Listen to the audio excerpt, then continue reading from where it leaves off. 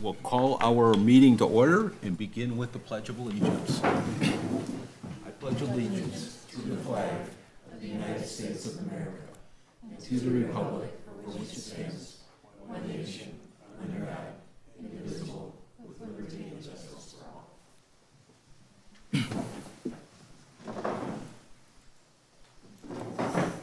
all. So, on behalf of the Planning Commission, welcome to our Planning Commission meeting for March 10, 2026. We brought sunshine today. If you've not been with us before, our typical operating procedure for our agenda items, our applications, is to look to our city staff, our engineer, and our planner to give us an overview of the application.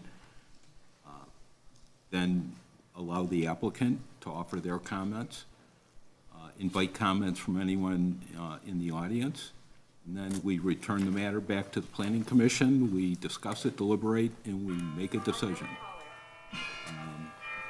And so, before we get started though, the first item on our agenda is we need a chairperson.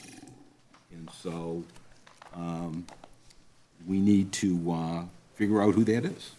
I would like to take the privilege of nominating Walter Cuter to continue in the role as chairperson. In my opinion, he's done a beyond admirable job all these years, and I think it would be to the benefit of the city to continue that. So I second that. Well, thank you. That was really kind. Actually, you could do this job as well as I could. But are there any other people? Okay. All in favor, say aye. Aye. Any opposed? The next matter of business is to elect a vice chairperson. And I'm going to take the lead on that. I can't usually make motions, but I can do this, and I'm going to nominate Mr. Will Hostler, who is well-credentialed and has done everything in the city. Second. Okay. All right. I was going to give him a couple more accolades. before I could say no. I wanted to get that out before you did. Okay. All in favor, say aye. Aye. Any opposed? Okay. Next item is we have review of our minutes. And the first is to review the Planning Commission minutes for our last meeting. We didn't have one in February, which was on January 13th, 2026. And so I'd look to the commission for any comments or a motion to approve. I'd like to make a motion to approve the minutes as submitted for the meeting held January 13th, 2026. I'll second that. Okay. All in favor, say aye. Aye. Any opposed? Okay. Next item in this is on our amended agenda is to review and approve the Planning Commission Subcommittee and City Commission Special Meeting on February 10, 2026. So, Move we approve them. okay. I'll second it. Okay. All in favor, say aye. Aye. Any opposed? Okay. Next item is our first and only application, and that is the Planning Commission will consider the request of the property owner at 63 Scenic Oaks for permission to install a side yard fence. Okay. Good afternoon, Mr. Chair, members of the Planning Commission. My name is Eric Peach with Giffords Webster, the city's planning consultant. Our item for discussion today is 63 Scenic Oaks, and again, this is for a side yard pool fence. This parcel is located in the A6 zoning district along Scenic Oaks Drive, just west of Woodward. This is just an aerial showing a characteristic of the property that's quite significant with this application. As you can see, surrounding much of the property is existing woodland. So to kind of keep this visual in mind as we go through, this is a lot of what the applicant is using for screening of the proposed fence, particular as it relates to the side yard requirements. So looking at our yard determination graphic, Scenic Oaks Drive is a cul-de-sac at this point. So as you can see, the front yard's kind of a curvature here. The rear yard is parallel to the west property line. And then most of the improvements that are proposed are within the rear yard. Another unique feature of this property is that because it's zoned A6, which is the attached one-family residential district, those properties have a 100-foot setback requirement off of the rear property line. And so that's where the home was built. So there is no non-required rear yard. So anything that is proposed in the rear yard requires a variance, simply because the 100-foot setback line falls right where the house is placed on the property. So everything here is within the required rear yard.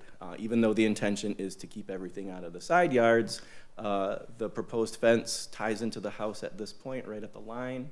And then in this area here is where it ties into the house within the side yard portion of the property. And this is just a zoomed in version showing the existing house. Again, what's proposed is a swimming pool, proposed pool cabana to the north of the pool, and just some patio terrace areas. So again, the idea was to keep everything within the rear yard. Unfortunately, it's within the setback. We did have a conversation with the architect to confirm that the distance from the rear property line is sufficient or couldn't be shifted or reworked in any other fashion to minimize the degree of a variance. So again, what's before you today is the side yard fence location. If approved today, then this will go before the Zoning Board of Appeals for 3 independent separate variance requests. The first being the proposed pool within the required 100-foot rear setback, the pool cabana within the 100 rear yard setback, and then there's pool equipment shown here that's proposed. And as you can see, it's not any closer to the side property line than the existing house, but that will require a dimensional variance as well.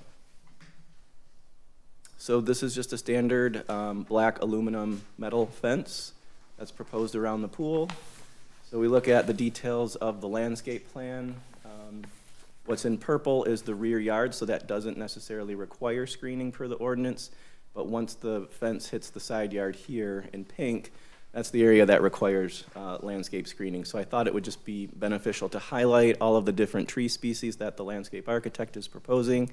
So again, if you refer back to that aerial image showing a lot of the existing mature tree coverage around the property. So in addition to that, they're proposing 14-foot Norway spruce. There's 4 located here, a transplanted maple.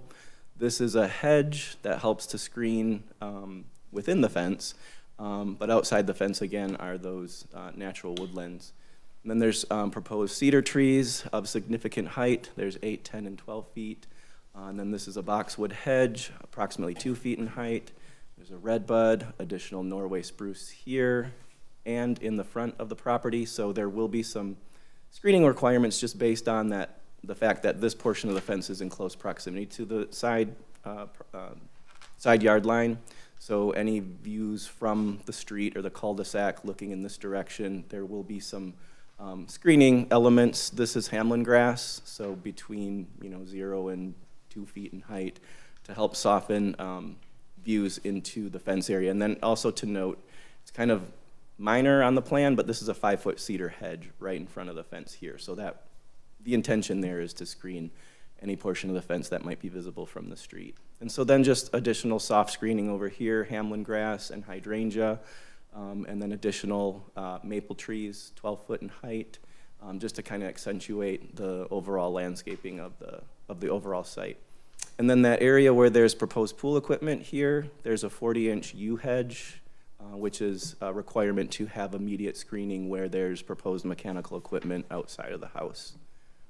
And then, so these are some color renderings. This is looking north, and again, a lot of the existing foliage is shown here. and then some of the proposed landscaping throughout. This one's looking west from the little patio here. The pool is off to the left. And then showing a view from the house and some of the proposed hedges and boxwoods to help soften the screening. But again, the majority of the screening is intended to be from existing mature tree coverage around the perimeter of the site. So we did look at the dimensions of the accessory building, that being the proposed pool house. We believe it has adequate screening. It is a maximum of 14 feet in height to the roof peak, so it does meet the ordinance requirements for the height. And within the floor plan shows that there's storage and a bathroom within the enclosed portion of the pool house, and then this is just covered outdoor space. So again, just to reiterate, subject to Planning Commission's consideration for approval of the side yard proposed fence, this will go before the Zoning Board of Appeals next week for a pool in the rear yard, pool cabana, and setback of the pool equipment in the side yard. So this is just a snapshot of the ordinance showing kind of the uniqueness of applying setbacks to the A6 zoning district. It's not as clear-cut within the standards table of Section 196. Section 196 typically lays out the dimensional standards for setbacks, but in the case of the A6 district, it refers to 24-74, which outlines the uniqueness of the different setback requirements. So this is where the 100-foot setback comes from. And then number 6 reads, the minimum distance between a boundary line and any point on a cluster unit shall be 40 feet. So that's the dimension that we used for when applying the side setback for the mechanical equipment, the pool equipment. So it'd be a variance request against that dimension. So that concludes my presentation. Again, we're looking at the side yard fence, but I know that there's a lot going on in terms of the overall proposal, so I'm happy to answer any questions you might have. I also want to mention that this does have the HOA approval from the Homeowners Association. So yeah, the applicant's here to answer any questions as well. So you just touched on my question, and this is something I probably should know, and I suspect asked in the past, but this is a site condo, right, this project? And does the analysis under the ordinance for compliance, do we care about the master deed and whether this limited common element, you know, is the approval of the HOA all the city needs to reconcile whatever this, because that was an approved site condo. Mm-hmm. And if now we're building in that approved site condo, and I should have looked at the ordinance to answer this myself, but is that something that needs to be reconciled? I don't believe that's been addressed in the application. I believe that the Homeowners Association approval of it implies that it's in conformity with the master deed. That would be something that we would be able to confirm by reviewing the master deed. Yeah, it's just, I think you're probably right. I don't know whether there's an ordinance provision about that, whether, you know, with an approved site condo seeking to be modified, is the approved site condo accept the fact that in the future, the unit owner may seek to modify its unit, and the HOA approves of that subject to the city's review and approval? Yes. I believe there's two things going on here. One is the zoning application, which really doesn't have anything to do with the master deed of the Homeowners Association. The other thing going on is the need to comply with the master deed. And if there's a violation of the master deed, then you know, that would not be able to proceed. I don't know whether for a that's different part reason. of the planning's typical checklist of things to look at. If I could maybe answer that a little bit. So, under our city's city code, all condominium projects are approved by the city commission. So I wasn't around when this was approved, but in order to get a condominium project through the city, it's got to be approved by the city commission. In this case, unlike the buildings where they were asking about the signage a couple months back, this one's a little different because in that case, the whole development was a condominium project, so the entire site. And so there were common areas because the footprint of the buildings were the sort of the regulated area, and the areas that lie outside of the building footprints were within the common areas. And some of those are restricted and some weren't. In this case, in looking at the plans, because this question crossed my mind, I didn't go back and ask for the master deed, but this is a site condo. And under site condo rules, each lot really sits on its own. And so you don't have the common area so much. And so while if there was some violation of the master deed, it would certainly be important. Here, though, we're really, unlike the office buildings, where you had a common area, we're just looking at these lots.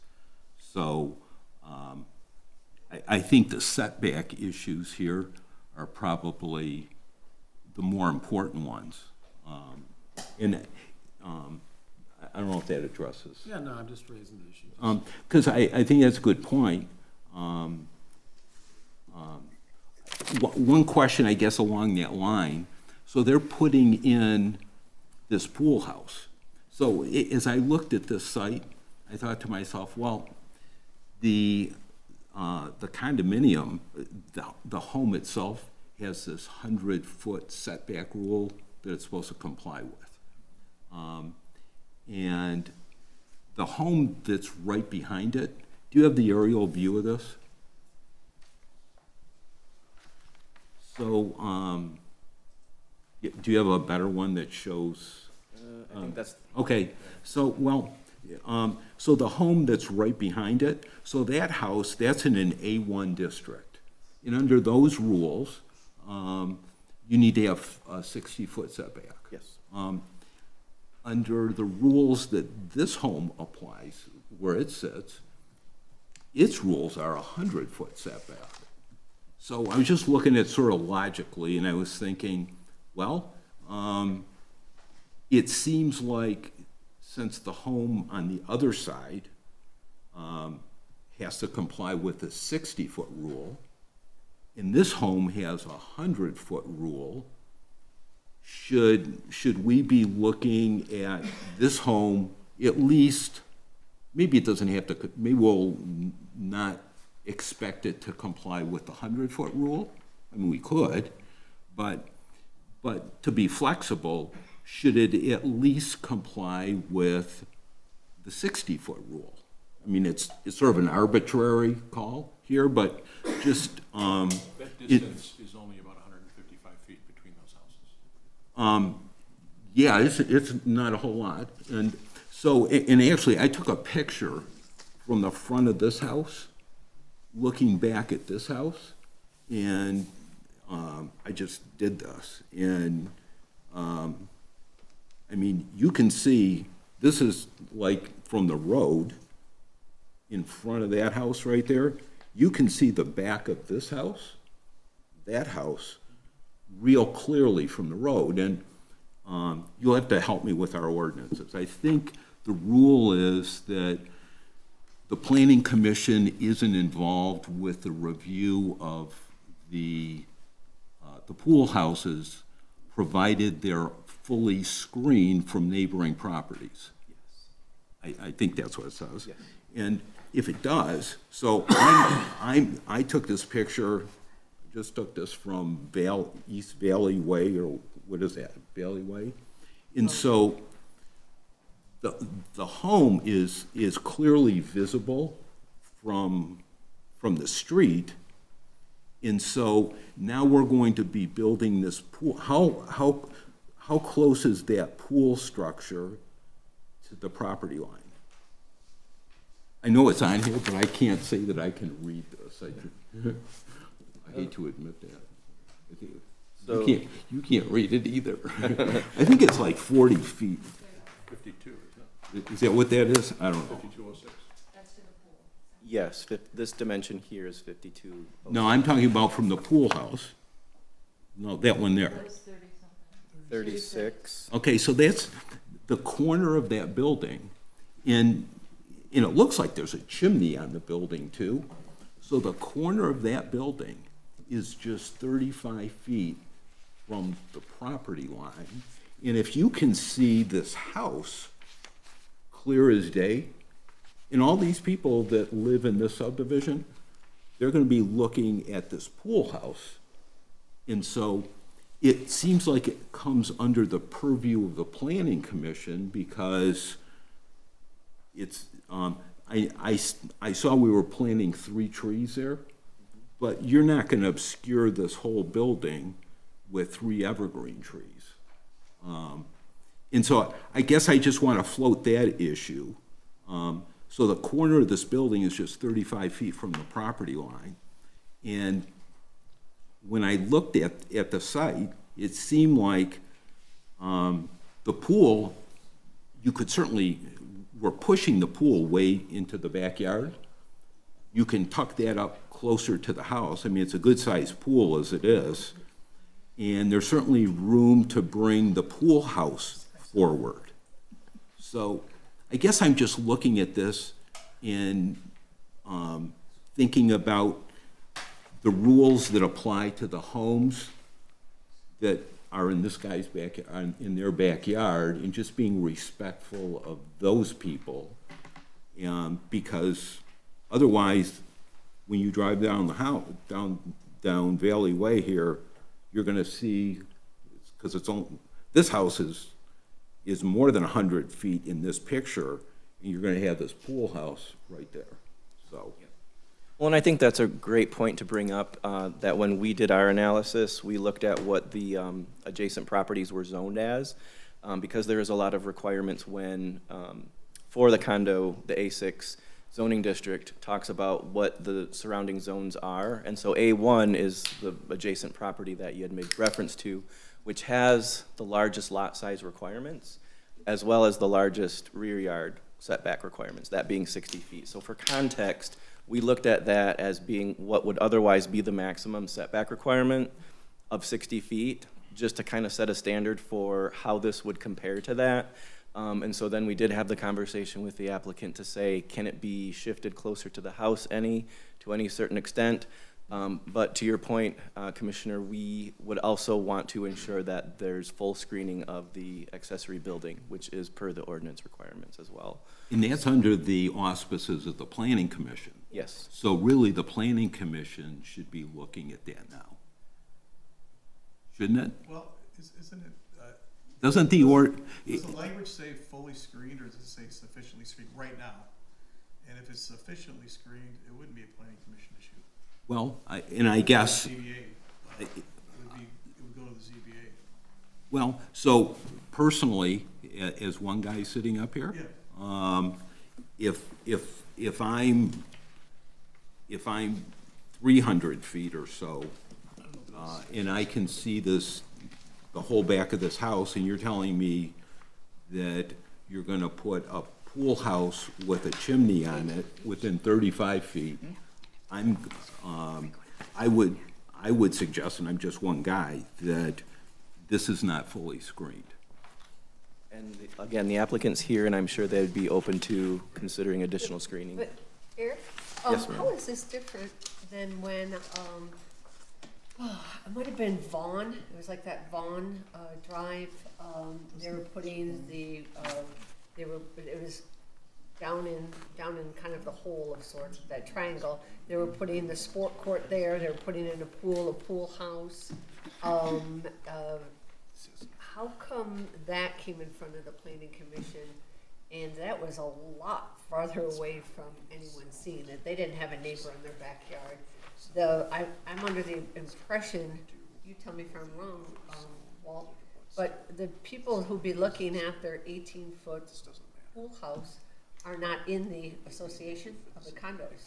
They're, Two separate. were they even notified that this They would 18-foot have pool been house? notified. Did but- they write a letter saying we're fine with having a pool house 30 feet from the back of their, I mean, isn't that the kind of thing that we have done for the last 2 or so years? Just while I've been here, with regard to someone building such a large structure. I'm pretty sure when, that woman wanted a tiny variance in at her beautiful home with a little bit of I think she came out 15 feet from her house with a screen, a porch over by where Susan lives on the other side of Lone Pine Road. She's like, I won't even bring it up, because it was such a request, and she hadn't checked with all of our neighbors, and it was such a request, but now with a 100-foot setback, you're sending this over to the zoning commission to decide that? So It doesn't make any sense. If I could, Amy, did you have something to say? I would just respond that everyone was noticed. I did not receive any comment from neighbors on this petition. I think the question that you originally asked, Commissioner, Yes. why did the Vaughn Road one come to planning Yes, commission? That had yes. 2 front yards, Vaughn and Lasser. So it's a different situation than the 2 front yardage, I think, is the trigger for that specific one. And since you have that memory, what was the one of the woman who was putting in the weird, I would just say, Adele, right? forecourt, right? Adele She was doing the court. forecourt, but then she also had just that little bit of addition on the back when she said, no, I'm not gonna ask for such a variance of 15 feet or something. My memory's What not that street was good. that? That was, I don't know, I mean, I drive by it, I thought it was over by you. I drive by it. Okay, so it just seems like a lot that you're putting, isn't the zoning commission just get things once we approve of them and say that they're doing everything right with regard to screening? No, they're separate Or boards. is that something you Sep- approve of and we don't separate see? boards. No, they're separate boards for different issues. This, the only thing in front of the planning commission today is a fence. Now, I think what the chairman's saying is, if that cabana is not appropriately screened, that should go in front of you guys too. And Dave, it's essentially what you're saying. that's what I'm saying. Right. You know, what I'm interested in is how much involvement does the city have to have in a master deed when we're reviewing this? Because it seems like there's that 100-foot setback. They've complied with that, and now they're asking for a variance. So they're not complying with anything. They're asking for a variance to go into that setback through the ZBA. And so I guess So I have to ask the city attorney about that. The master deed's already been reviewed and it's been approved, this development's here. The master deed apparently requires a 100-foot setback. There is a proposal to put something within that setback. That's a deviation from the zoning requirement. As a variance request, that goes to the zoning board of appeals. The zoning board of appeals is the body that grants variances from the zoning requirements. To the extent that there's an adjacent property with a different zoning district that has a setback requirement, that really doesn't have anything to do with this property. This property is not zoned as the adjacent property is. It's a different zoning requirement. What's being proposed is a deviation from the zoning requirement, a variance. That's the jurisdiction of the zoning board of appeals, not the planning commission. So in that respect, I believe it's appropriately before the zoning board for consideration. One of the considerations the zoning board may employ is the setback from the adjacent property, but that's really something for the zoning board to apply the criteria for granting a variance and determining whether it's appropriate or not. So let me sort of summarize this, because we could talk for a long time. I think, Dave, you got to the heart of the issue. So typically, what we do with these is the ordinance provides that someone can put a pool house in their backyard, and provided that it's it's adequately screened, and we're gonna solve some of these screening questions here with the passage of this new ordinance here. But right now, it says adequately screened. As long as it's screened from the neighboring properties, then it doesn't come under the purview of the planning commission. So if this property was properly screened, then we would not be talking about this pool house.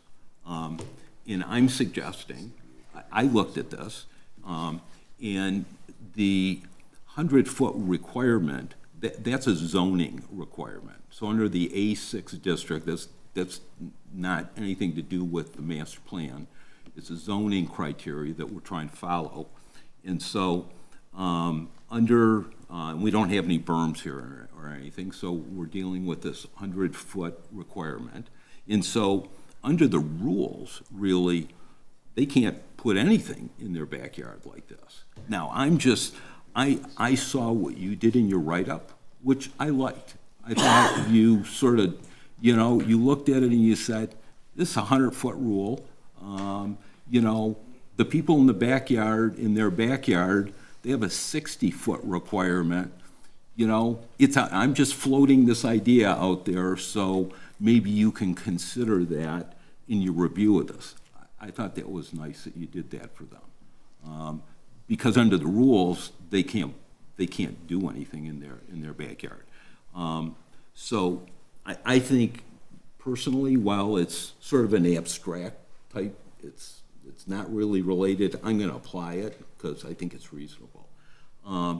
So they're just 35 or 36 feet away from the property line. And the pool house, it does become the business of the planning commission because under our city ordinance, the ordinance says if it's not obscured, then it needs to be approved by the planning commission.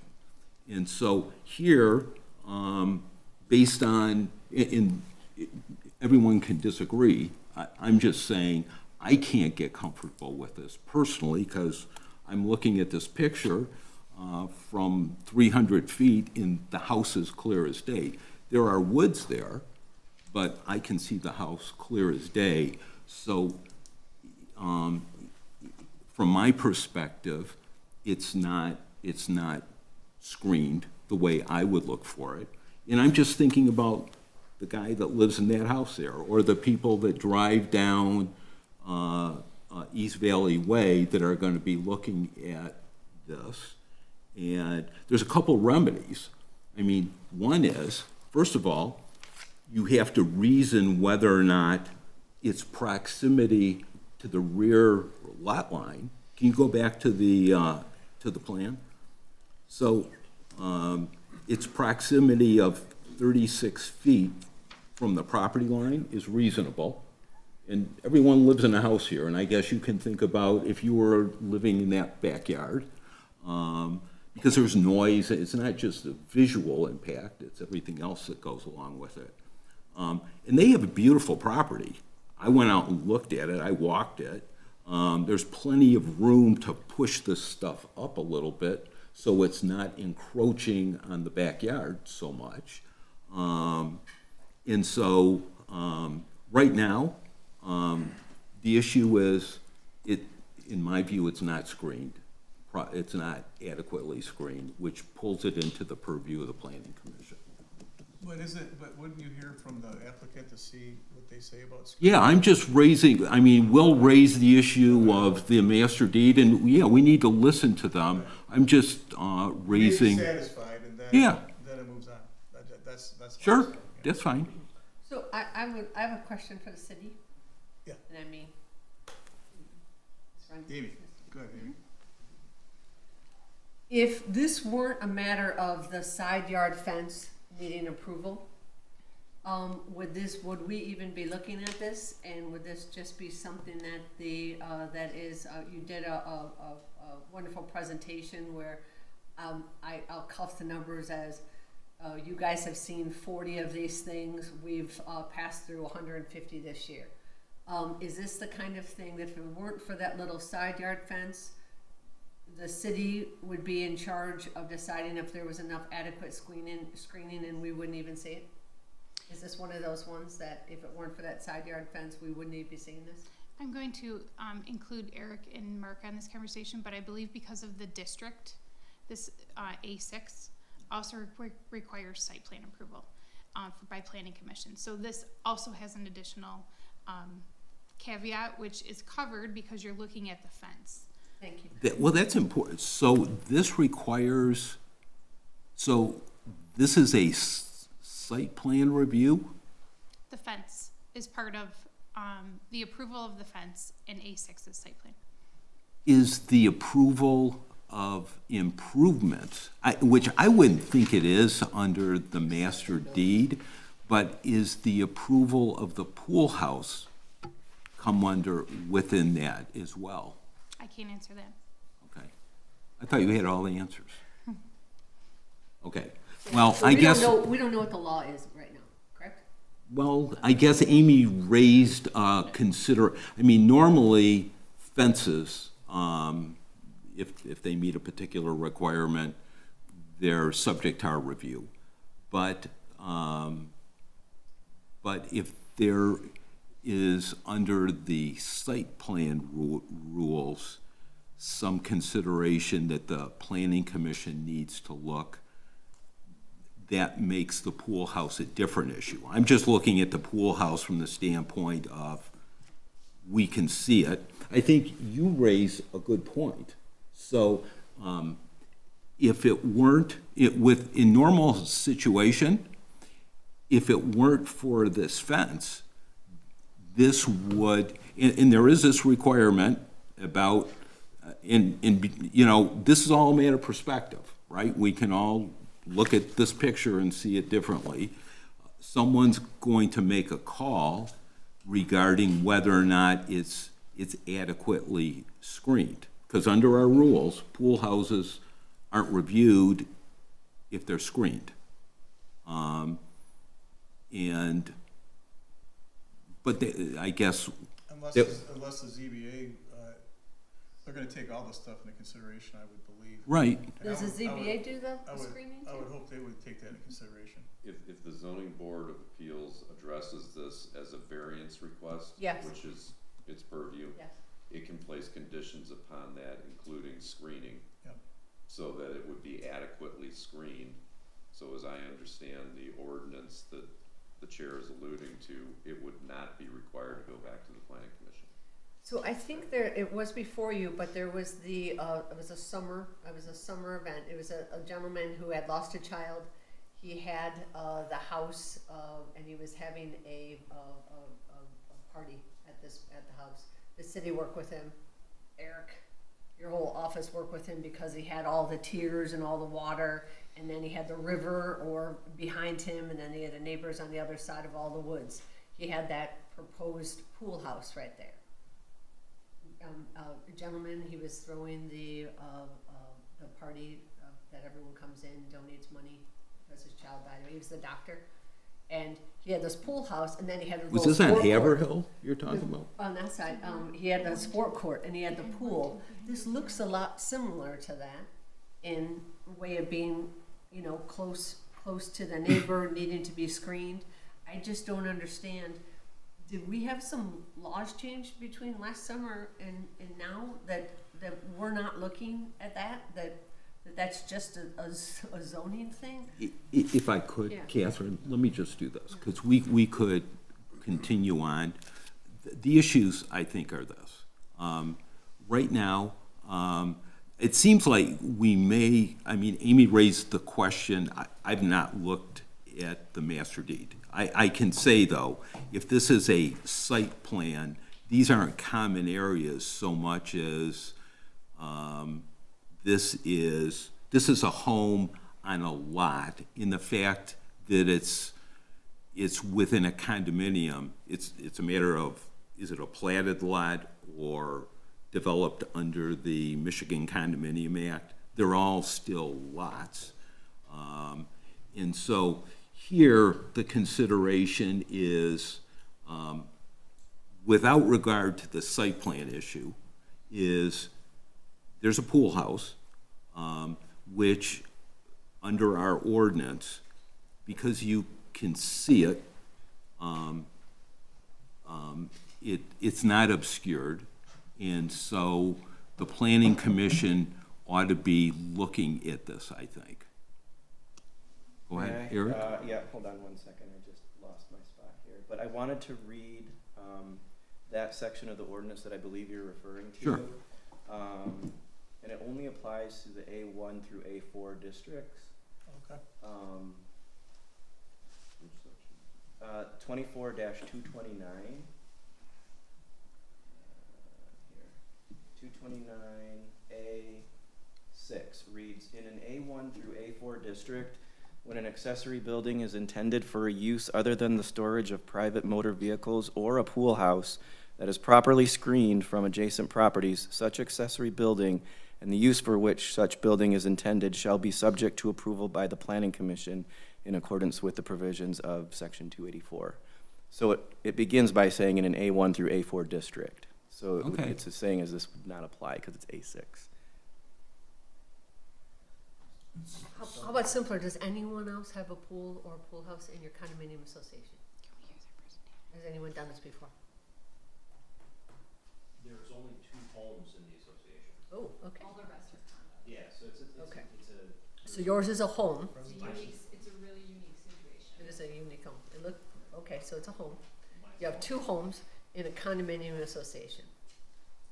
It's a site condo, is my understanding, and we have an association. There's 2 homes. Wait, so the entire sub is just 2 units? No, so there are, I believe, can you bring up the picture of the? I don't think I have one that is further out. Yeah. I'm looking. But those are all those are all lots there. Those are units. Units. If I may, You're right. this- You have the term. So this home and this home, that's my home. This is the other person in our association. This is his lot, and then that's it. This is another home, there's another home there, and then you can't see it here, but there's, I think, 14 or so condos that have their own, Mean connected? no, they're detached. Okay. They have their own association, separate from ours. Oh. I thought that was weird too, but that's the way it is, so. We're one association. I don't know who these 2 belong to, I think they're their own association. and then you But have- it's a different subdivision? Or it's one subdivision, but you've broken it out into 2 HOAs? Maybe 3, 2 for sure. So how many lots are in your? 1, 2, 3, 4. This, mine got, so. No, but in your within the master deed, there's just 2 then? My association. Yeah. No, but that, 1, 2, this used to be 2, but the previous homeowner had it made into 1 because he Okay. applied for a variance to build a pool and a pool house over Right. here. Right. So really, but your neighbor there, that's one, he's now combined those 2 lots? No, they're still separate, but he owns it. Well, I'm Okay. sorry, this person owns this lot, he just sold it. The guy that bought it only bought the home. The previous owner of this home still owns this lot. Okay, so that's a buildable lot then? Yeah, okay. So there's then 4 homes? So when you get approval, to get the letter of approval, you just walk over to your neighbor's house? There's 2 homes, Okay, 1, 2. in Oh. my association. So the letter of approval we got was from the gentleman, Yes, sir. from that guy? Who has the property next to you? Oh, did the previous owner get a variance for the pool and the pool house and then lot next door? The Your previous second, owner of second lot, yes. my home Yes. got a variance in, I don't know, 2015, I believe. Okay, so you have the pool and the pool house where? He was gonna build a house, not anything like the one we're proposing. Like a 2-story home.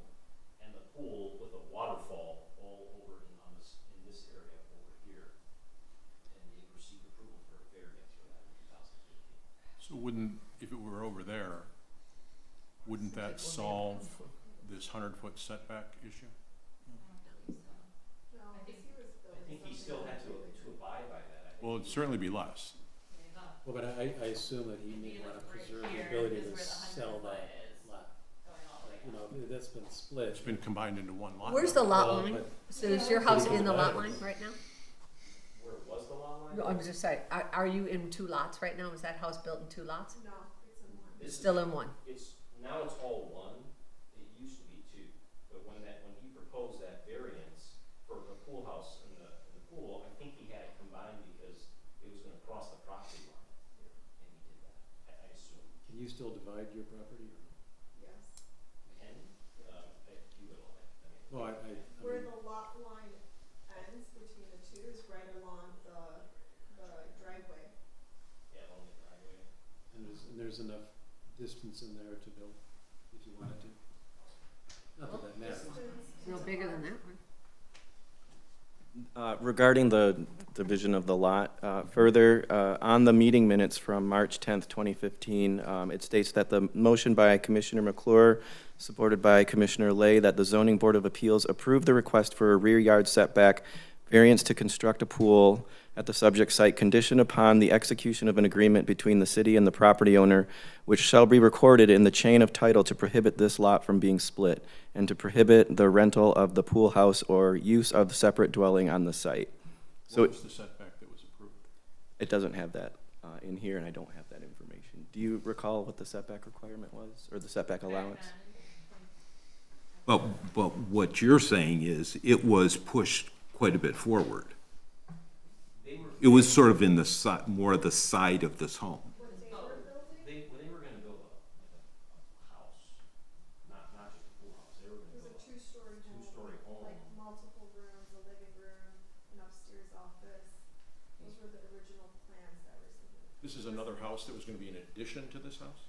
That they Yes, were building, yes. yeah. Because this is another lot here. Dave, was that ever combined into one lot? Because they Yes. never built it? Yes. You do, it was recorded? It's recorded and everything? I believe it is. But it, with all due respect, I think it couldn't have been a house per se, if you combine the lots, if the condition, and this didn't come in front of us, It was probably a robust, you know, it was a robust pool house. We've seen some of those, so, so it must have been, we'll call it a robust pool house. But it wasn't, it wasn't a separate residence. Obviously, they combined the lots, they are now combined, and I suspect, it seems like, it would be interesting to know what the plan was that they did. I guess if that was permitted, my only concern in looking at this whole thing is its proximity to the home that's behind it. Just out of respect for those people. They have a huge side yard. There's a lot of property out there. And this is gonna be scrunched up right against the rear property line. And it's gonna be visible, to everyone driving down East Valley Road. And, I mean, you guys got a beautiful home. When I came out there, I saw one of your sons running around, and I'm sure he wants his pool, and that's cool, but you're pushing it really far back from the house. And If it helps, the neighbor here behind us, has given us a statement of how they feel about it. Their home sits much lower. When we're in our backyard, we see the roof of their house. Do you have the statement that he provided? Yeah, I could read it. Well, why wasn't it part of the package? Well, I just got it today, Yeah. yeah. But setting that aside, with all, I think there's a lot of other people that live down the street that are gonna be passing by that as well. That may or may not have gotten, I mean, everyone that travels down East Valley Road is going to see it, and they may or may not have been noticed, I don't know.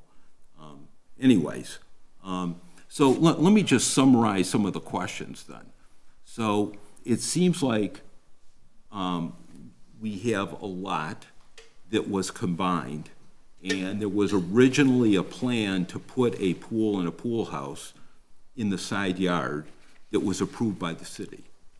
I guess from what Eric read.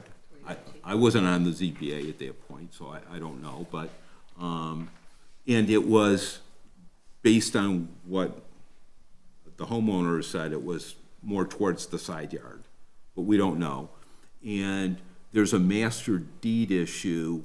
The question was raised by Commissioner Hostler, whether or not there's any consideration with respect to that.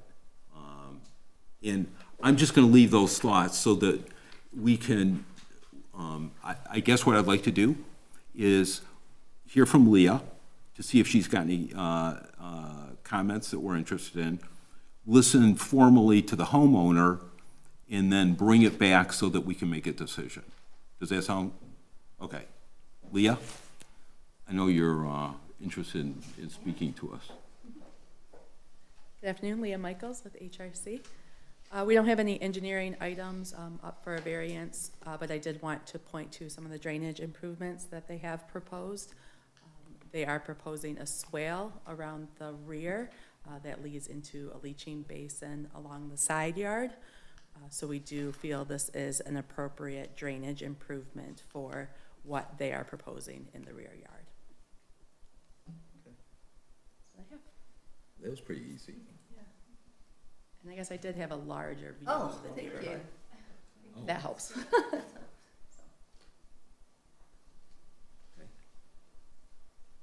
the horseshoe is one association.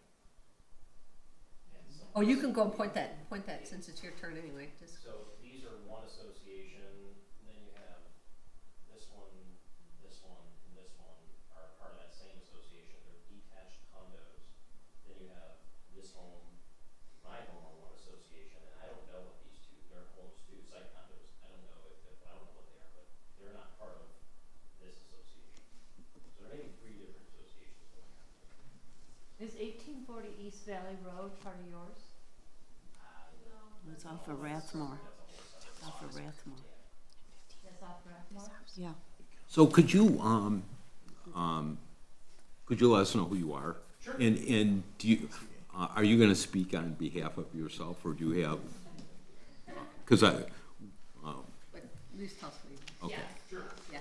Sure. So my name is Razine Caballo, this is my wife, Dennis Caballo, we're the homeowners. Nice to Thank meet you. everybody for talking about our project today, we appreciate the time. And I'm Sabrina Brown with Mosier Design, representing them. So overall, with regards to screening, obviously, we want to, as respectful to the community, to the neighboring, to the homeowners themselves, they want their property screened for child safety as well as obviously the privacy of their own home. So obviously everything that we've had designed was the intent to do that. If there is any situation that, as we're reviewing everything, if we need to pocket in more, so to enclose any pockets that you've seen as you've been out there and that we see as we're out there, they're more than happy to make sure all of this is screened, because as much as neighbors don't want to see their pool house, they would prefer obviously the same scenario. With regards to the location of the pool house, we are limited not only by the 100-foot setback, but also by how close, due to the ordinance, that we can be to the primary structure of the home, which, Eric, you can correct me if I'm wrong, but I believe it's 20 feet, that we can be as close to the home with the pool house. Yeah, so we are at like 22.76 feet, I believe, right now. So we only could, if it was something that we needed to move it, it could only be moved roughly 2 feet, which would not make too much of a difference with regards to essentially that 38 foot and a half that we're dealing with. As they mentioned, previous variance for that side area, part of it would, due to their lot and where that rear yard goes, part of it would still be considered in the rear yard. Obviously, don't know 100% for sure due to not having kind of that access. But we wanted to kind of almost squeeze it as close as we could to the house, because then we allow that anyone driving in the cul-de-sac over here is not staring straight at a pool house if we did put it in the side yard, because that would put it directly next to their driveway.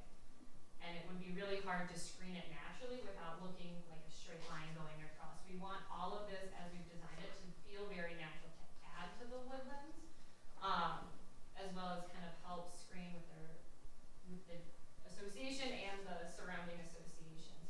Like I said, they did get kind of obviously a statement from their neighbor that they are also, they know very well as also, and he's actually very excited for this, not only for his kids, but for themselves.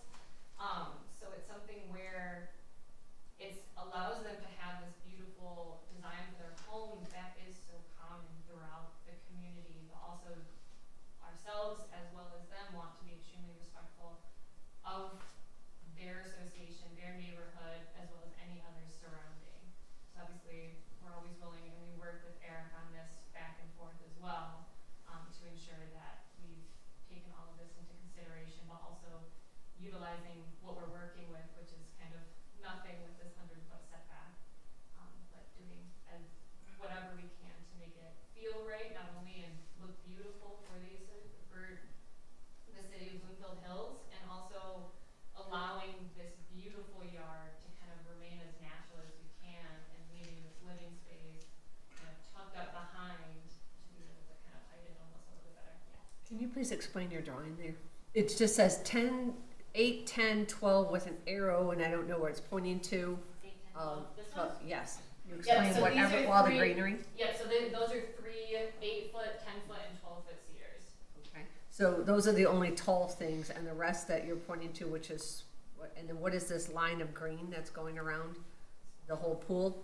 So this is a 24-inch tall boxwood hedge. Okay. So that is a shorter hedge, but it adds, kind of helps screen the pool a little bit. There are taller trees here, as well as kind of taller trees kind of where that neighbor is. And then in the front yard, we also have taller trees. These are the same 14-footers, and then these 3-inch tulip trees get to be about, I would say, probably 15 to 16 feet tall. And then obviously from any direction this way driving in, we do have the same 14-footers there. So is an 18-foot structure, is that with a chimney? It's a 14-foot structure, and there is no chimney. Okay, sounds good. Yeah. Those, your choice of those 14-foot Norway spruce where they are, that is based on your decision to screen what from whom? That was what we noticed was a little pocket in this area, and obviously, like I said, if there was pockets in that area, we probably would have, like if we noticed them right away, we would have added those in. Yeah. So obviously, that's something that we're gonna obviously evaluate to make sure that this structure is screened, because that is something that we're used to, regardless of going in front of you guys as the planning commission or the zoning board, both of them. I have a question, and this is maybe, we know we're not on the ZBA here, but do we have common practice of, we have a 100-foot setback here, and in one instance, we're asking it to go to 36 and a half feet, and in another instance, we're asking it to go to 52%. So we're chopping it by 65% in one instance and 50% in another. Do we do that on a regular basis? This goes back a little bit to what I said before on another property that we had in front of us. We have rules around how we do things here. And I think it's incumbent upon the homeowners who are buying homes within our city, where we all live, to operate within the framework that's set forth. A little bit here, a little bit there, maybe, and maybe I'm getting out over my skis here because this is a ZBA issue, perhaps. But again, I guess my thinking on this is that if the pool never gets approved, then nobody cares about the fence because it doesn't matter. I just think it's important that we operate within the framework that we have. Sure, we can make little tweaks here, little tweaks there, but to make 2 tweaks at 50% and 65%, I don't even know why we're talking about this. Let me offer this. I totally because- agree with you. Let me offer this. So, and as you looked at the rules, Eric, seeing that they apply to A1 through A4, that was helpful. And so it carves out this responsibility of the planning commission and really the city staff to determine whether or not this was obscured. But setting, at this point, it does, because the rule applies to an A1 to A4 district, and this is not. But I guess. This would go, we would never approve something like this because this would go to the ZBA, so it wouldn't be. No, I mean, I'm talking about just this one element. I'm just talking about the element. For instances where there's pool houses No, what I'm driving at is just this one case, Dave. So I'm addressing Tom's point. So the point I'm trying to make is, and it really, it builds on Eric's find here that, yeah, the rule that we're always accustomed to working with, I can't remember the last time we had something in an A6 district in front of us. So in my familiarity with those rules is probably less because I don't look at them as much. However, I suspect if we do, what we're going to find is with any A6 development, there's probably a site plan provision within the approval that A6, because A6 is multiple, basically it's multiple family. And so for all multiple family developments, they come under the site plan rules. And so if you change the site plan, that indeed does come back in front of the Planning Commission, which goes back to Commissioner Hostler's question. If you change the site plan, and I see that you're shaking your head, Mr. Attorney.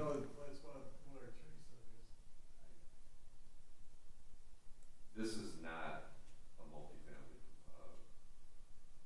use here. This is a single-family dwelling in a site condominium development. This issue of the master deed and the site condominium development was not brought to my attention. I'd be happy to look at the issue, but as I indicated at the beginning of the meeting, this is a lot, and it was approved by the homeowners association, which leads me to believe it doesn't violate the master deed. So I don't really think that's much of an issue, but I'd be happy to look into it if you would like. The fact is, what's before you is the pool fence requires planning commission approval. The other issues, setback variance requests, go to the zoning board of appeals as variance requests from the zoning ordinance. Whether or not it's too dramatic of a variance is a issue for the zoning board of appeals to address, and the zoning ordinance has criteria that they need to apply to determine whether a variance is appropriate or not. After the decision is made, if there is an objection from an adjacent property owner, if the variance is granted and say the neighbor has an issue with it, they have the right to file an appeal in the circuit court and challenge that decision in the circuit court and raise all the issues they want. Also, at the zoning board of appeals, all the property owners within 300 feet are required to be notified. They're required to be notified of the specific variance requests and the extent of them. They have the right to file any written objections they want at the zoning board of appeals. They've got the right to appear and make comment at a public hearing in front of the zoning board of appeals. So I want everybody to understand the zoning board of appeals is the vehicle for granting zoning variances, which is a lot of the issues you're talking about now. And there's a very thorough process for that that has a lot of checks and balances through it, right to his appeal and everything. Just throwing that out there, I'm not sure the planning commission has really addressed the fence issue, which is what's before you tonight. Mr. So, City but- Attorney, but- wait, there's only one, hold on. Pardon me, there's one chair here, so let me just address, because you're addressing my comment. So what I would say is, and I'd have to look back at the rules, and it's unclear to me that we've done this. However, what happens while this is a condominium, and it's a site condo site, and I get all that. What you have, though, is if this site was approved, if the site plan was approved in the master deed under the A6 zoning, said that if the planning commission, when this got approved, said, we approve this site and we approve this master deed, provided that you live within all the conditions that we've established under your site plan, which is that all buildings that are constructed within the regulated setbacks. And so if they come back and they want to build a structure that is not within the setback, that would not conform to the original site plan approval, in which case that matter would, I believe, come back in front of the planning commission because you are changing an approved site plan. So with all due, I think. If there is such a provision, which we don't know. Well, I think we should probably find that out. Conditioned upon determining that issue, or we can table this matter and review the actual. Yeah, I think we should, I think we should probably find that out. Okay. What did you want to say? Well, is there a reason we wouldn't, I mean, again, I go back to, is there a reason we don't get approval for a pool before we worry about a fence? Well, usually, it's been practiced that the planning commission looks at it first before the ZBA. There are times when we do let the ZBA look at it first, but they may not approve it, so to your point, it would be a moot point. Yeah. But I think, it's been a practice that we go out to the planning commission first. I would also note that the planning commission reviews fences regardless of whether there's a pool or not. So because there's a fence in the side yard lot line, that's the reasons before you. So one of the pages on here, and somebody knows how to scroll through that, but one of the one we were looking at before here. Which one? I'm not sure, but I'll know when I see it. Go this way. No. The one that Leo showed? One that was up there forever, we were looking at. That was the With last all the roads Keep and the. going. Oh, keep going, right there. Is that incorrect? Request for approval to allow for an accessory building within the required rear yard setback? We are not talking about that today? Yes, sorry. That Just is not making correct. sure. Yes. And why was that on there? It was a template from a previous. We wanted to see if Tom was reading it. Okay, now that he said his comment, Chairman, you've said your comment. There's something the city attorney said in the beginning. He said, we don't know what is in the master plan to understand if the planning commission should be looking at the site plan. So this is what we call not ready to come in front of either board until that's determined. That's just it. It doesn't matter what happens in the circuit court or who does what or who says what. We don't have all the information for us to make a decision and maybe to decide what we should even be looking at today. So, and also the assumption that the neighbor, because he approved of this, that must mean because it goes along with the master plan, he's just the neighbor. He doesn't have, he's not looking at the master plan. We don't have the master plan. If we had the master plan, we might not have wasted a lot of time today, but we don't have the master plan.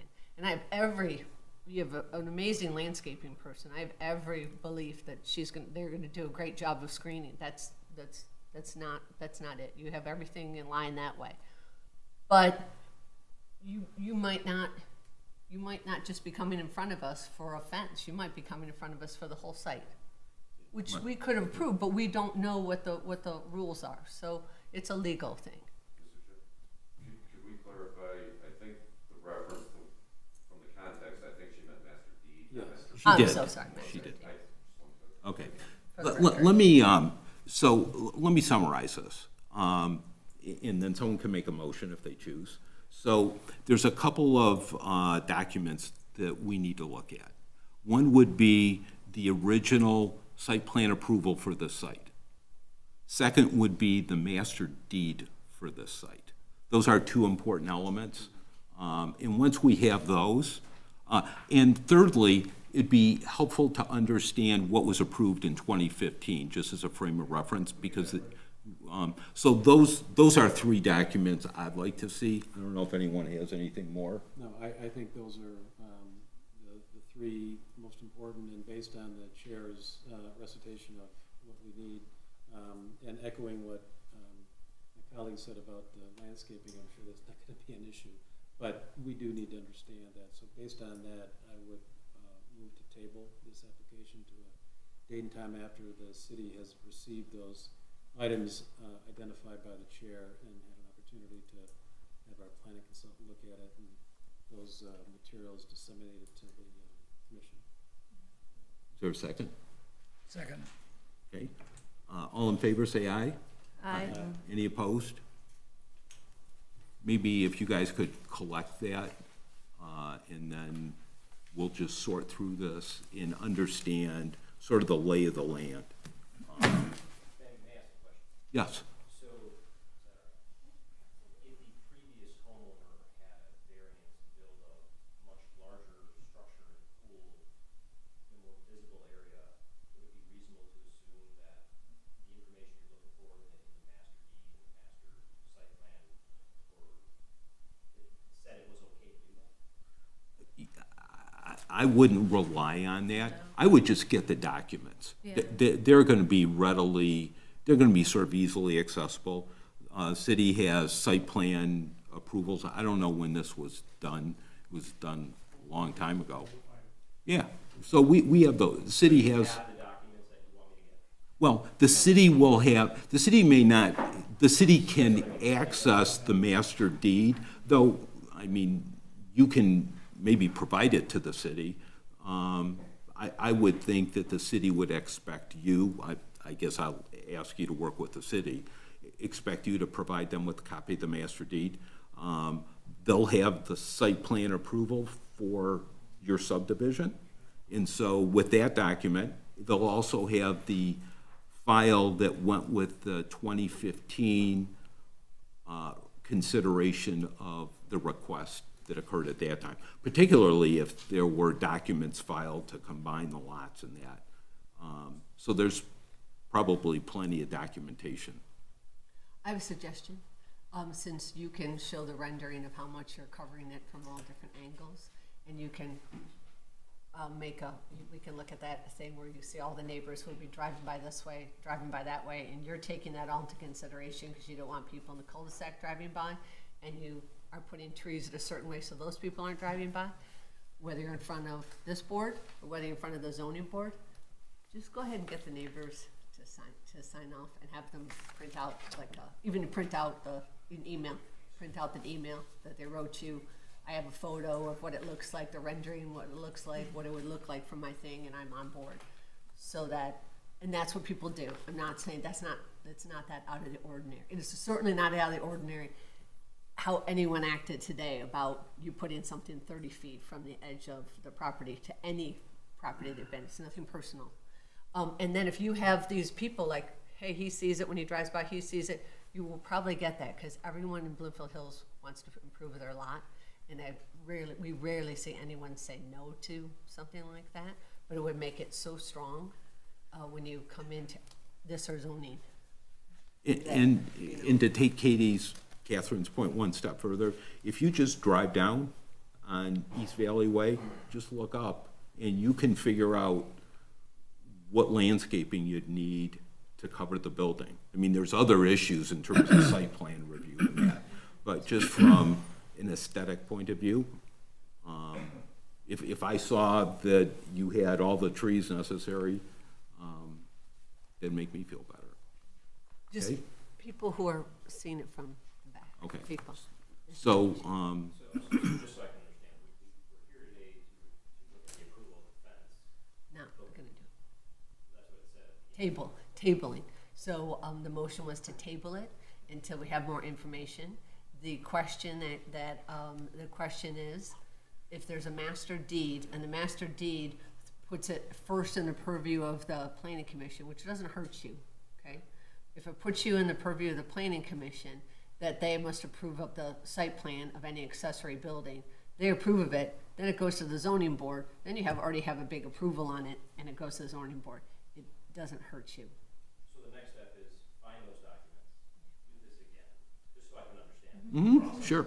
Find those documents, do this again, go through this based on what those documents say, and then go from there. Well, the topics may or may not be the same. I mean, you're gonna get those documents, and I would start with your title company and your HOA, and they'll have that material, and then talk to the city manager, and then Eric, right, and Amy. and Amy, and the topics may or may not be aligned with what we're here today for, right? But we will know for sure the issues that will either be resolved legally or need to be considered. And what we're talking about here is the organizing documents for the site condos, right? And that approved plan has instructions on what you can and can't do within the confines of your project.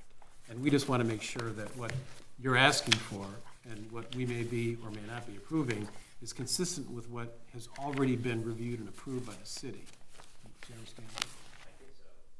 Somebody had made a comment that, why are we even looking at this, because it's such a massive task to be outside of the, I think it was maybe Tom. Yes. It is a big ask. Outside of the 100 foot. Yeah, and no, if no one's told you that it's a big ask, that's on them for not telling you that, for not saying that what are the rules of, Chairman, will you explain it to them, what the actual rules are for the property, and why it's a big ask, whether it's in front of this board or the zoning board?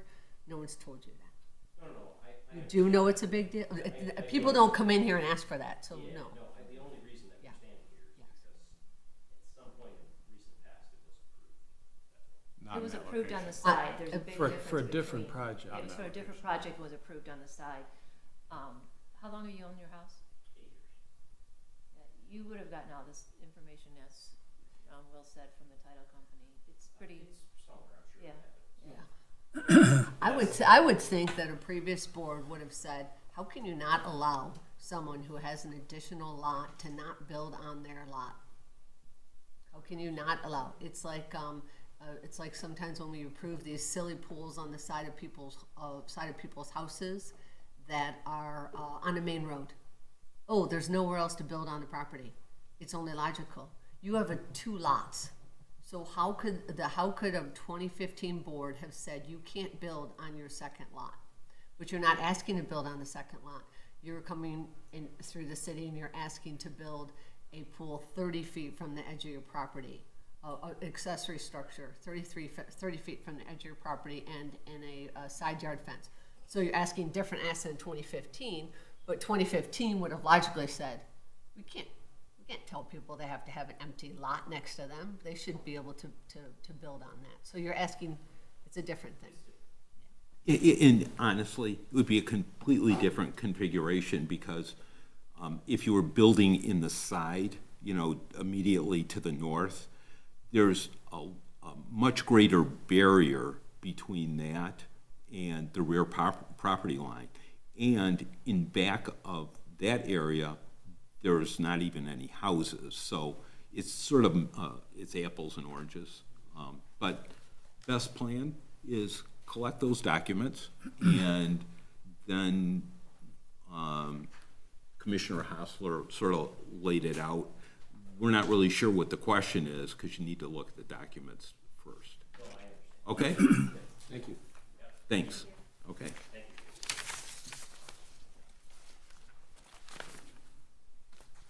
Mr. Chair? Yes. A question about this. I know in a letter it does say it's site plan review. It's right in the letter. Oh, I guess I. I think there's just a little bit of misunderstanding. I think what was before you was the fence. And it's like, is it the cart before the horse type of thing?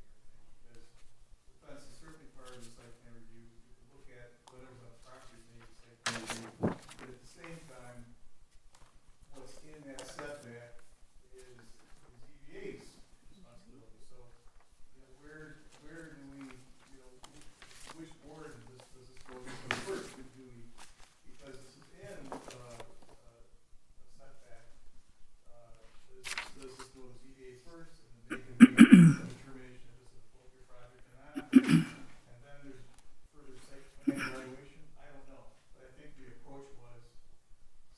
review for at least the fence and whatever comments, but at some point,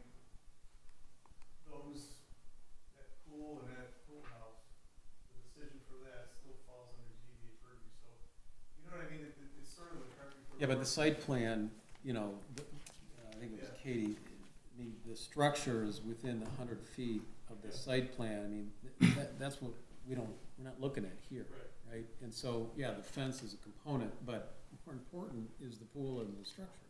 So, I mean, in the letter, it says it's a site plan review, there could be.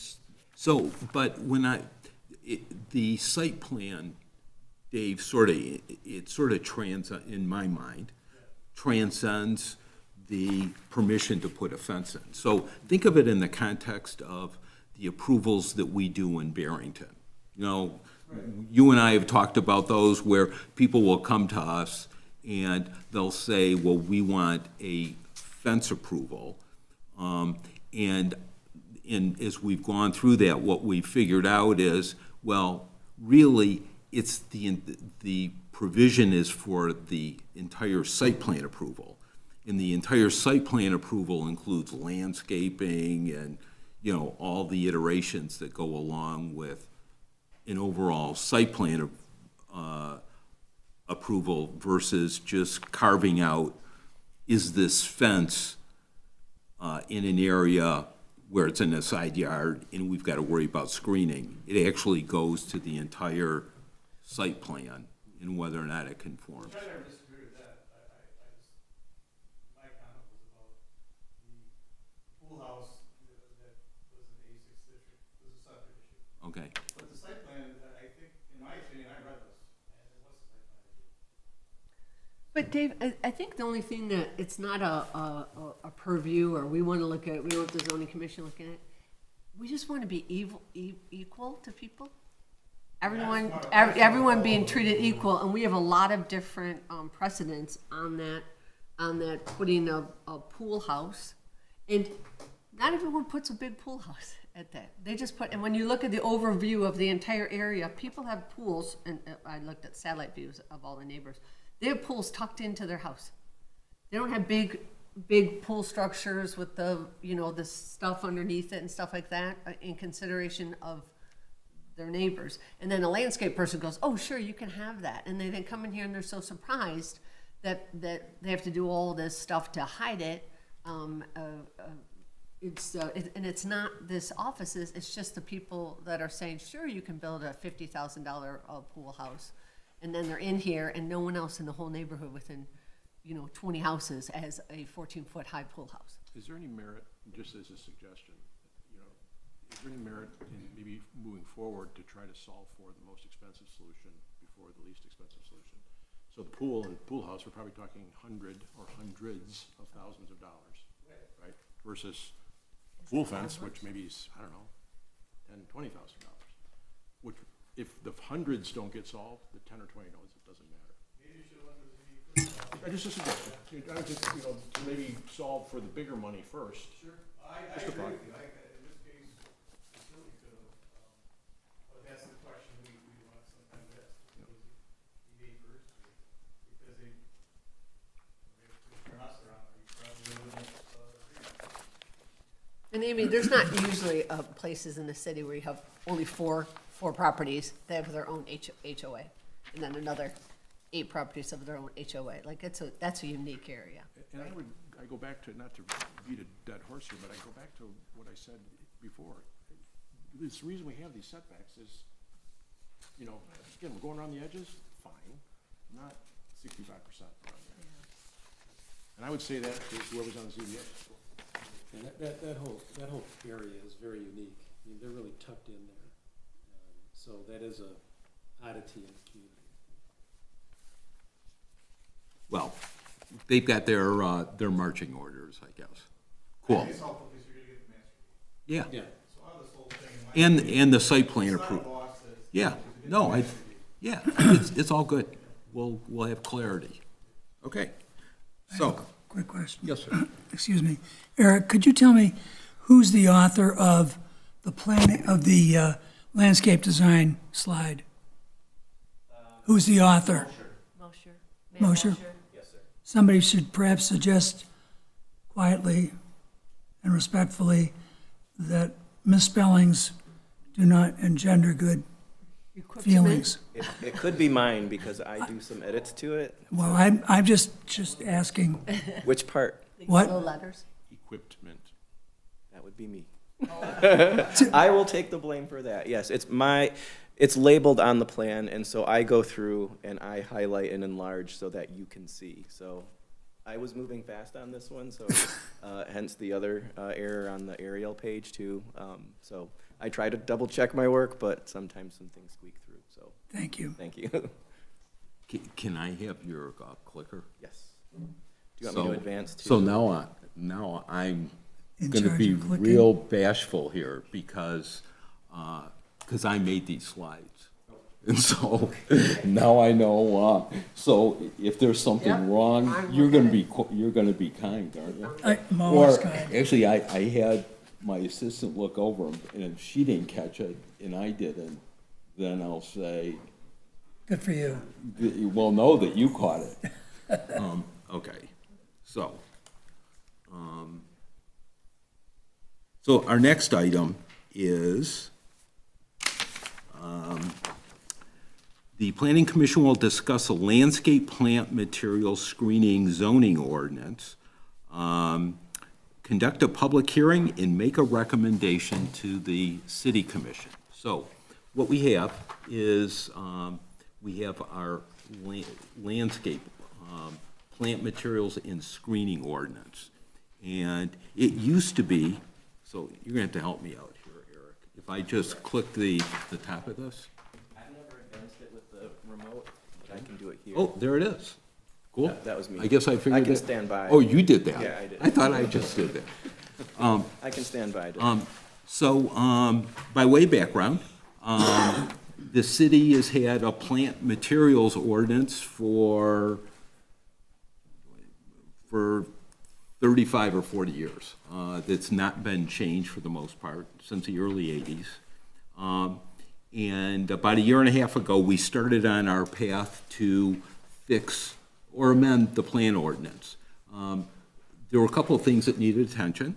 One was the plant materials that were listed in there. Some of them were aged from the standpoint that they had plant materials like ash trees listed that we would not want you to plant now because of the ash borer and that sort of thing. So some of the plant materials needed to be reviewed and removed and updated. Beyond that, though, there were a couple other considerations, and one was focused on screening. So we've been addressing screening concerns for years and years. You know, we talk about, just as we just did, you know, what's sort of obscured, you know? I guess it was unclear to everyone. And so we addressed the screening concerns or questions. And so that was another part of this whole puzzle. And then another part was just general landscaping. What's good landscaping and what's acceptable to people? There are some people that like arborvitaes, and some people that don't like arborvitaes. And there's different kinds of arborvitaes. Some are like pencil-type arborvitaes, and some are like big, healthy trees. So what we did was, when we sat down and looked at this, and just about everyone, most people on this commission actually had their involvement in this, in the process. We looked at all of those aspects, and what I'd like to do is just sort of overview this. We have a document, and we've got to do a public hearing. So what I'm going to do is just sort of overview this on the slides. We can have our public hearing, and looking at our audience, it's not going to be a long discussion with our public hearing. And then we'll bring it back and look at the document so that if anyone has proposed changes or anything else, we can do that. So, so going forward, though, the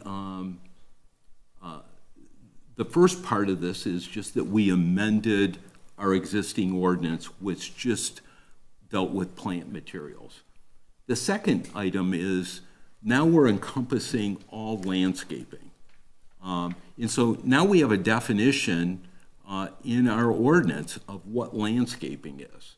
And it's all encompassing, really. And when you think about it, now that's important because there's a lot of elements that go into landscaping. There's a lot of discussion we have at this table about tree cover, existing tree cover, preserving it, and new tree cover and the trees that we plant, screening, plazas, gardens, and building foundation plantings. So now in our ordinance, we have a definition of what we're talking about when we're talking about landscaping. Importantly, this just applies to approvals that come through this board or require approval by the city commission, ZBA, or by the city code in some respect. So this is not applying to the homeowner that goes and builds their house and wants to landscape their house, because we don't have any control over what people do. Maybe that's too broad a statement. We're not controlling the aesthetics of people's landscaping is their plantings normally. So this applies to reviews like we just had and everything else that comes in front of us. Some of the key criteria that we have is the ordinance addresses the separation of the importance of landscaping as it relates to separating uses and screening facilities we don't want to see, 14-foot pool houses. So it addresses that. Over the past several years, there's been lots of discussion about mixture and layer of plantings.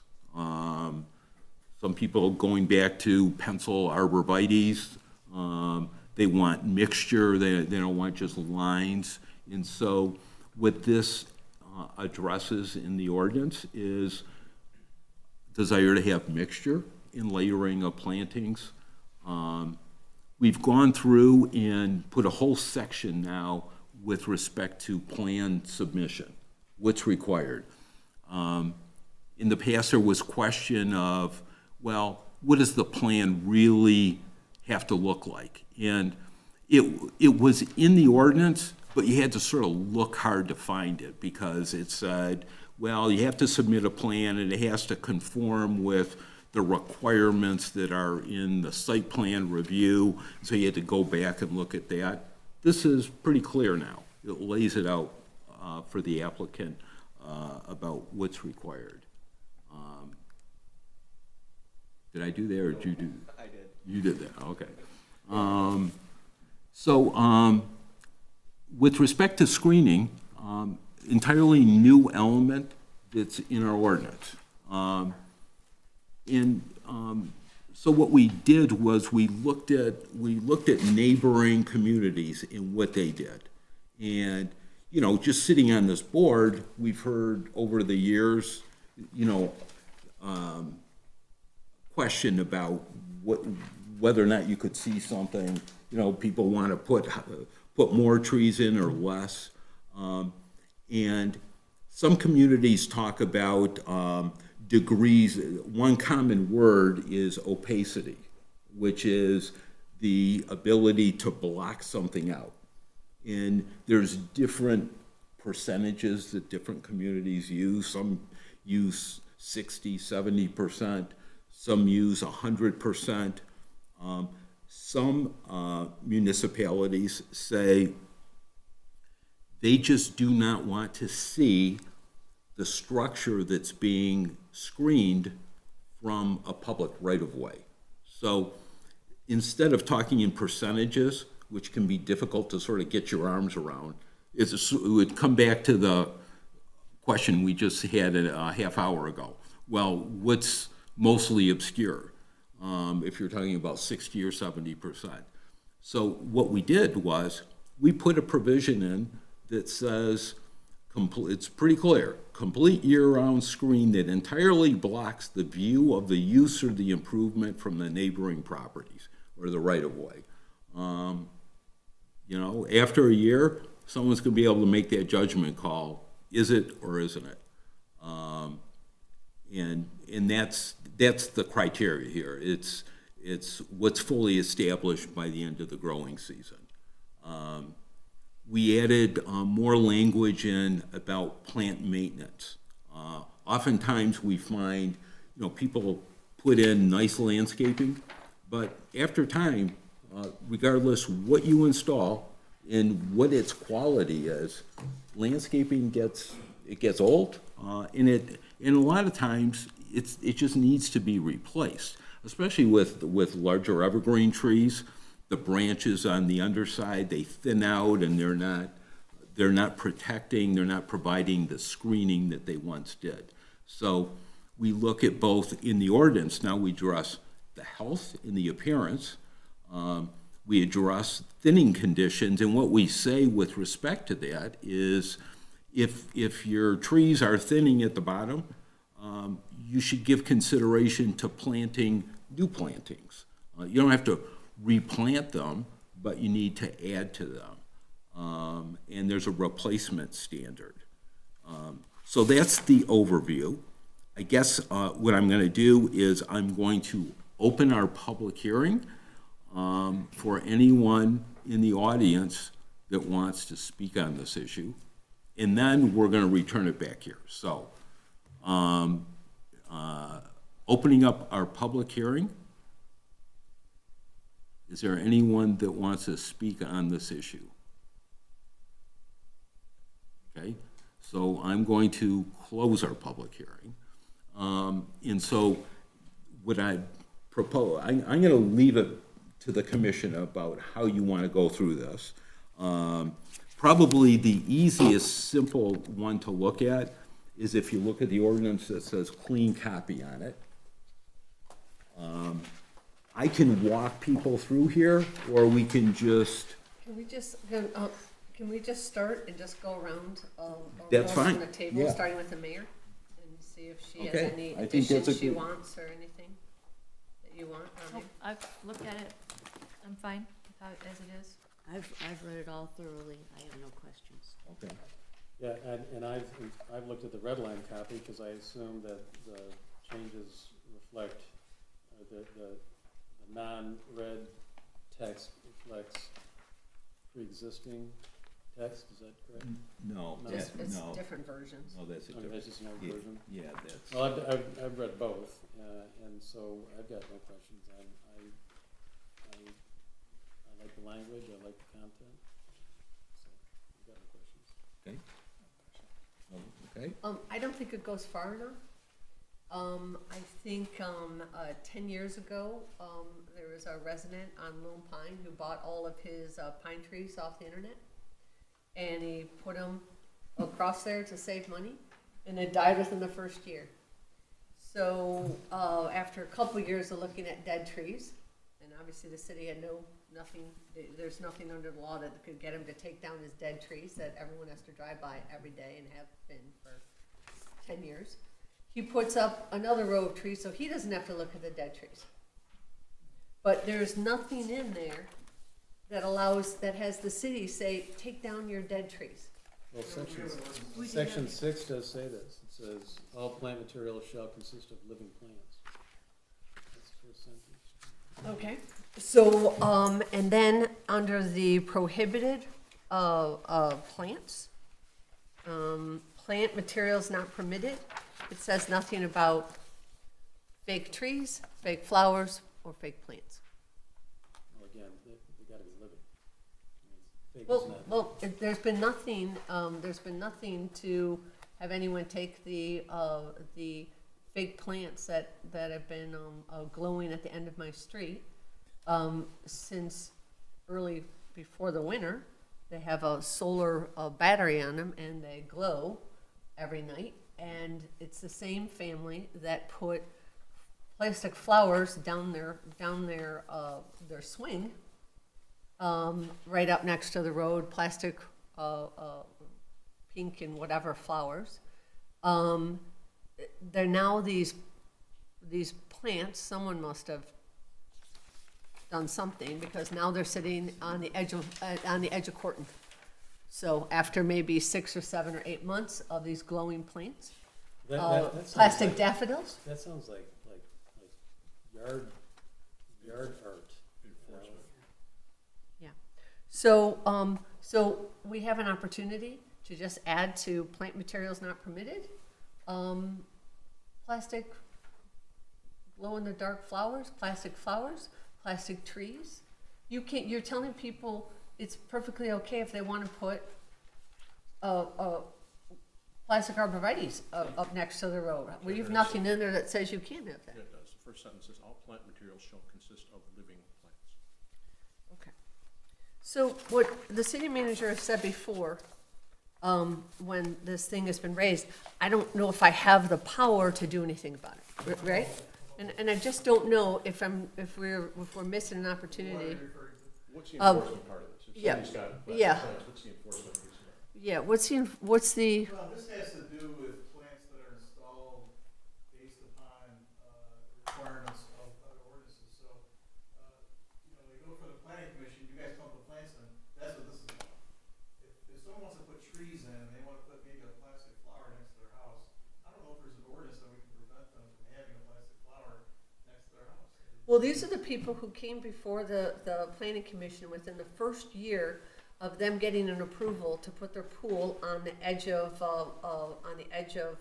Corton Road, and that their first row of trees were not sufficient. They weren't even 5 or 6 feet, which is a great reason why we have the impetus to do this. They were all small, and then they put pool lights around their pool fence, and we're lighting it up, and then we could see that through the insufficient screening. And then the last thing they did when I think they were told to take, if they wanted to have a permit to get the plastic flowers down off their screen, off their swing. So their response to that was to put on the edge of their property, for everyone to see as they're driving by and say, oh, that's Bloomfield Hills, 10 or so light up daffodils. It sounds like an individual issue I'd be happy to address. You're saying. And I just said, we're not giving the city power, why are we passing something? This is someone who's just put in stuff that. Let me, you know. if I could intercede for 1 second, because I'm hearing two different things. So, I'm hearing Catherine's complaint about something that's installed, and I'm looking at this document. So, if that was installed on a property that's under our control and under our approval, then, to your point, Tom, yeah, you can't put that in. So we've got a condition, and I don't know what the rules are, of someone doing something, and I don't know what this situation They is. waited till after the permit. Yeah, they just go to English Gardens on a Saturday and decide they want to put plastic plants, which doesn't need anybody's approval. Bad taste, but nothing maybe you can do about that. Is that fair? Yes, sir. So, and I guess the question is, and that's not a topic maybe for this ordinance, but it's maybe a topic for some consideration. Right now, under our accessory structure rule, and we've got to get back on track and looking at that, because right now in the side yard and the front yards, because we sort of set that on the side to finish this, but right now in our city ordinance, people can do pretty much they've got a lot of latitude in their front and their side yards. Remember, someone wanted to put all those archways, remember that came up? That someone can put, you can do just about anything you want right now if you attribute it to your house in your front and your side yard. And we started working on that, and we tabled that until we finished these ordinances. But we've got to get back on that, and maybe to Catherine's point, maybe with respect to that, we consider other items that are maybe objectionable, and I don't know where, I don't know how you decide, but, so we've got to, right now we're looking at this ordinance. It wouldn't affect us here because you've got a private lot, but maybe we include that in a future discussion. Is that, Catherine, does that make any sense? Because you understand it doesn't fall under here? This is still someone in the first year after they got approval for a lot, so, so I don't know. Oh, well, you're saying this is related to that I'm pool? just saying, it's still in approval. I understand the neighbor at the other end of Martell has her yard art, and that was okay when she lived on Lake Park. She had her yard art out. Her Yeti individual by the road, and a yard art would be a whole different ordinance. But we're talking plastic trees and plants. We're talking dead plants and plastic trees and plants. And I don't understand I need to know that the city has the ability to take on the people in their first year of building the office building on Martell. I talked with that neighbor just because we had a big coyote in our neighborhood the other day. She was so appreciative to everything that the city did to make sure that she was not looking at that large building across the way. She's brand new to the city since 2021, and she was just so appreciative as it was going up, and she had her basement flooding and all that kind of stuff, and she's putting in drains and she's trying to handle it. She was just appreciative that they had the camera up there and they were addressing it, that they're addressing it, and that they did so much. But within 1 year, within 2 years, when all of those trees start dying at the bottom and everyone is driving by and looking at his big gas meter out there, what power does the city have to maintain the beauty of their roads? And I just don't see a lot of power in this. So two separate situations. If you're speaking about a wall, are you talking about that new house?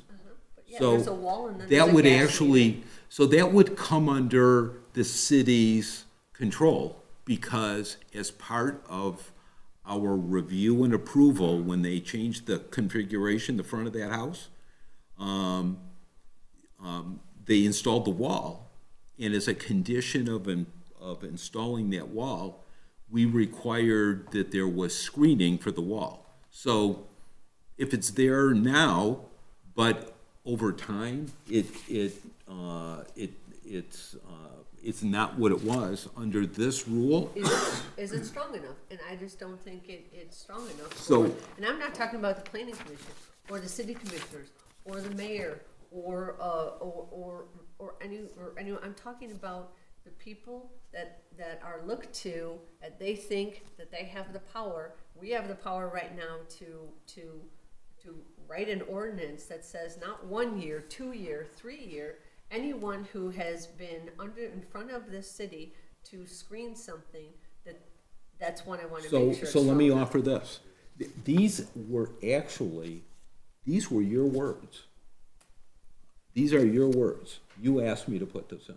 Okay. It says, where screening is diminished due to the appearance or condition of a planting, such as thinning branches at the base of an evergreen tree, the condition shall be corrected by installing acceptable additional replacement plantings. Those weren't your exact words, but the first part of that was, you said, what am I gonna do about these thinning? So I wrote that to address Mr. your City Manager, concern. do you feel like you have a strong enough ordinance for us to vote on? Yeah, if I may. Yes. There's two separate things here. There's actually three separate things we're talking about. We're talking about plastic flowers, which is a difficult one to control, quite honestly. We're talking about dead and dying trees on private property that we do make people take their dead trees down. That's a separate, that's not a zoning issue, but that is a property maintenance issue. And as far as the zoning issue with this in particular, the language is very strong. As a matter of fact, I actually am a little bit worried that we can't enforce all of it, because there's some very robust properties that the boards and commissions like to see with all these plantings. And my worry, to be honest with you, is if some fault is dying here, a little bit there, that we're gonna have to, go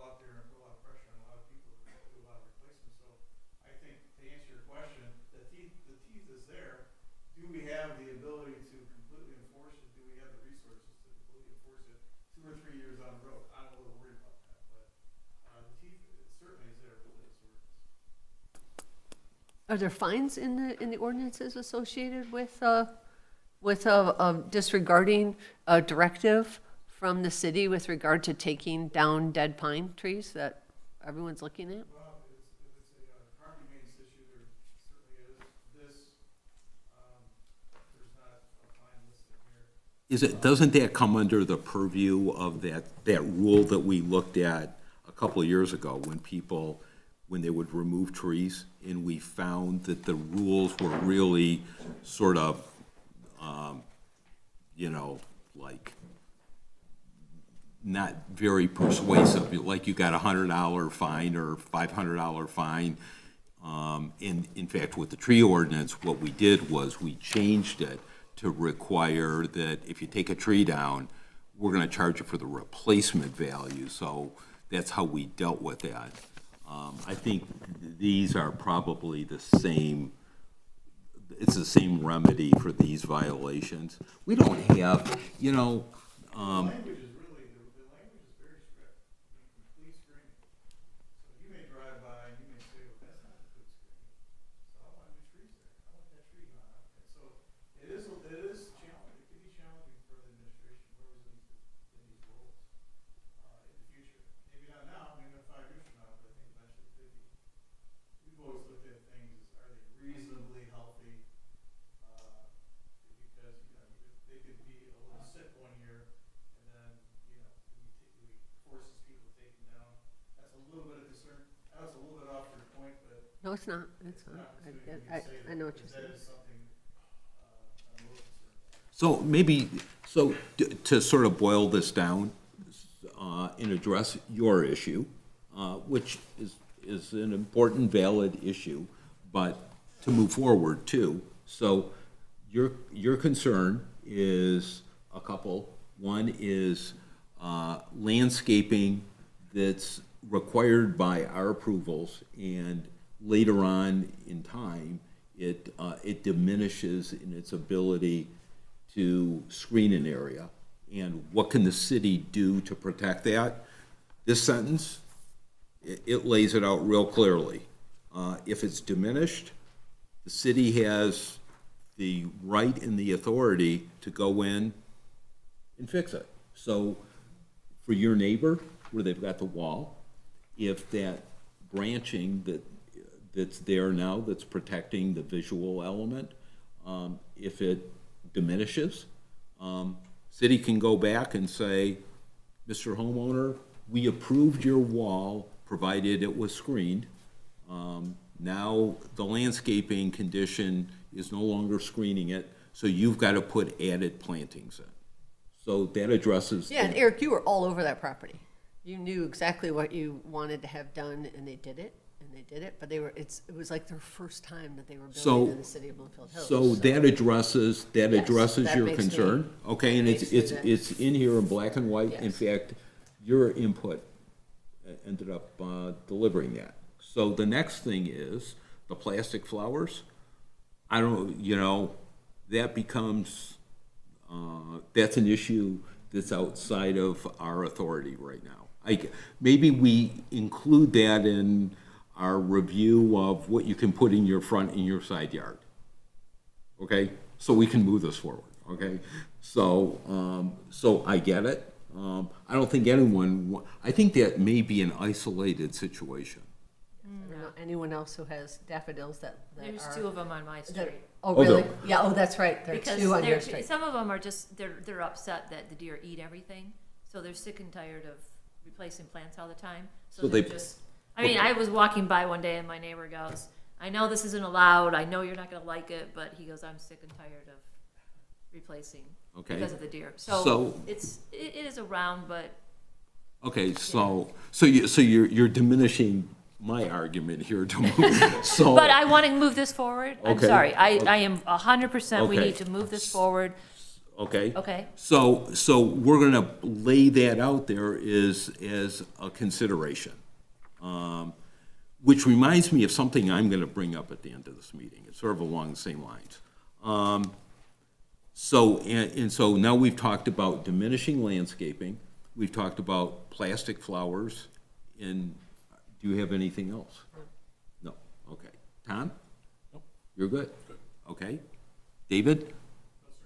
Okay, so, our next step then would be, to make a recommendation to the city commission, on this document. So, are we prepared to do that? Yes. Okay, do you want to, maybe you want to do this? We'd like to make a motion to, make a recommendation to the city commission to approve of this, ordinance of the, clean copy in its entirety. Okay? Okay, we've got a motion and a second. All in favor, say aye. Aye. Any opposed? Okay. Next item is, the Planning Commission will discuss the city code amendment to the Tree and Woodlands Protection Ordinance. And so, you're gonna make me feel good like my button's working here? No, actually, no. So, the next item we have is a little different than the landscape ordinance. So the landscape ordinance that we just talked about, that's under the zoning code.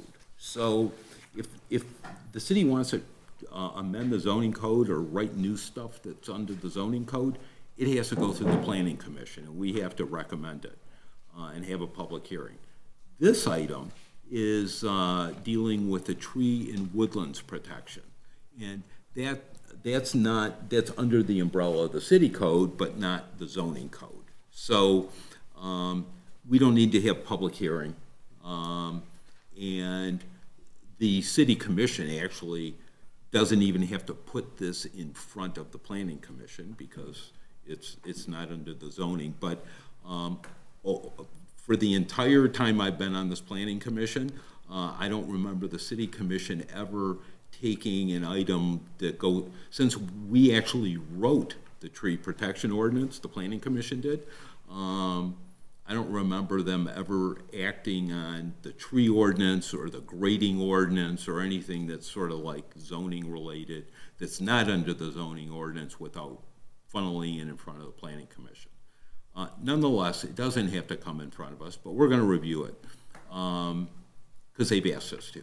So, the intent of this is there was discussion by several members of the city commission that they wanted to make sure that when trees are removed under the Woodlands Act and they're replaced, that they're replaced with trees that are not just like decorator trees or smaller crabs and that type of thing, that it replenishes the canopy that we have. And so the suggestion was made that some of those trees are more the older line trees, like the oaks, the hickories, the walnuts, and Kentucky coffee. And so what we're doing is amending the tree ordinance to say that if you remove one of these trees, and this is a new caption of trees. So under our tree ordinance, we have like about 3 or 4 buckets of trees. So the first bucket is unregulated trees. And unregulated trees are trees under 6 inches in diameter, or if they're dead and diseased, those are unregulated trees. Now, if they're bigger than 6 inches, then they become regulated trees. The next step up, though, is if they're really big trees, they become landmark trees. And they're all subject to different types of replacement standards if you take them down. Is there a definition for landmark tree? Yeah, this, And actually, do you have the whole list? yeah, There's actually a whole list of them, Tom. Here, I'll give this to you. Do you have it? I don't think you have them in your packet. yeah, it's not in our package. Here. It's just I'll two is find Here, there. you can take it right there. Does it have to do with size or species, Yeah. or both? Both, actually, and it varies by species. So, you know, some trees, because they don't get real big, give this to him. So, now we're gonna have one more bucket of trees, or category of trees, and it's the preferred old growth deciduous trees. We're gonna add a few more words in there, but it's preferred old growth deciduous trees. And so, what we're going to require now, actually, before I discuss those, this amendment changes one other item. You asked about landmark trees. So right now, in our city, depending on the size lot you have, you can take up to 3 trees down every 2 years, and not get a permit for it. Doesn't matter how healthy they are, where they're located, you can just take them down. And so there was concern that people were just, you could go take down a tree that's huge. Yeah, and just take it down and not have any restriction. So suggestion was made that now it requires a permit. So if you want to go take down that 24-inch tree, that oak tree, you can still do it, but now you have to get a permit to do it, which means you've got to replace it. Is there notification of neighbors on that permit? No, but they have to get a permit from the city in order to do it. So if someone goes ahead and takes the tree down, and they violate a permit, that goes back then to those rules that we put in back a few years ago, which really put some teeth in it, because now the rule is you've got to replace, the cost, there's a cost. Now, how do you replace a 24-inch oak tree that was healthy? I guess I can't answer that. Well, You can't. So one important change to this was this amendment that says, now if you want to take down that 24-inch oak tree, you can do it, but you've got to get a permit and you've got to replace it. And under our rules, what we did a couple of years ago was change the rule to say, for landmark trees, you have to replace them on the total DBH. So if it's a 24-inch tree, you've got to replace all those inches of trees. And it's got to be a 6-inch diameter tree. So we tried to do it so that there was an impediment to it. That there's a cost. You want to go take the tree down, you've got to put in a nice tree to replace it, so that people aren't putting up pencils and taking down those big trees. So the next thing is, though, with this amendment is for those preferred old growth deciduous trees, now there's a requirement that if you take them down, at least 25% of those trees need to be replaced with the same species. Okay? So, take for example, if you take down, I'm going to make this a simple math thing. So you take down 4 25-inch oak trees. And let's say it's allowed that you're able to do it because you're building your new house, but you have to replace it. So now under that rule, it would say, first of all, you've got to replace the entire 100 inches, the 4 times 25, so you got 100 inches of tree you got to replace. On top of that, if it was an oak tree, 25 of the inches have to be oak trees. So it gives the person a requirement that they've got to replace these big trees with larger trees, and 25% of them need to be of the oak variety. Now, there's a caveat that was placed in this by one person who said, I don't want this to be too big of an impediment, so if it's a landmark oak tree, I'm not gonna ask you to put the 6-inch tree in. You only have to put a 3-inch tree in, but it's gotta be an oak tree. It's just this 3-inch tree, I mean, isn't that a pencil tree? Hey, that was the opinion, and that was reviewed by the commission. So, so that's the language here. Now, the thinking with that was, well, it might be more difficult to get the larger oak tree, so, so we're reducing it to 3 inches. I'm just telling you what's in the words. I'm just describing. So, so that's a summary of the provisions, and we can do the same process with this ordinance and go through it, starting with Susan. Katie, to your point, would you Yes. rather see that be a 6-inch? Yeah. Oh, yes, I would, if I were to, make a motion on this, that we should approve of this, I would strongly recommend to the city commission that, in number 1, under section 2226, the replacement tree, having a minimum of 3 inches is not large enough.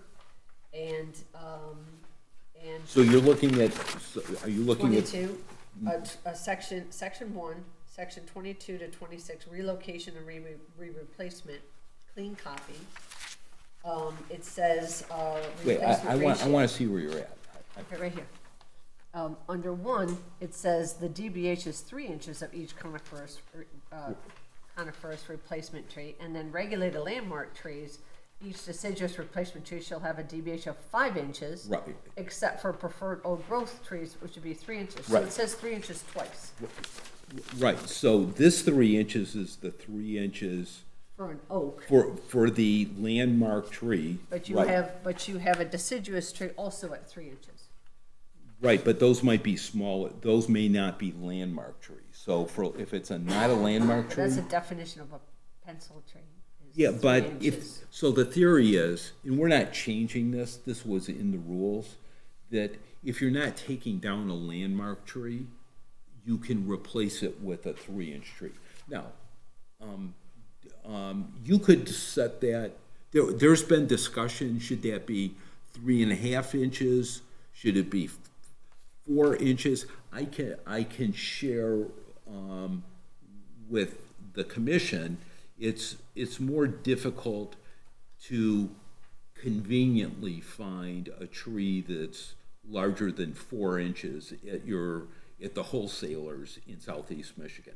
Most of the wholesalers you go to, they're gonna have trees that are gonna generally be that are gonna be readily available, that are 4 inches. So when we wrote this, Catherine, way back when, the theory was, if it wasn't a landmark tree, we would set it at a diameter that was reasonably available. Now, so it's been 3 inches, and, 3 inches around. well, 3 inches around or 3 inches? diameter. So, but there is the provision in here that if it's a landmark tree and it's an oak tree, it's this condition under item 2, which is except for preferred old growth deciduous species, which must be 3 inches.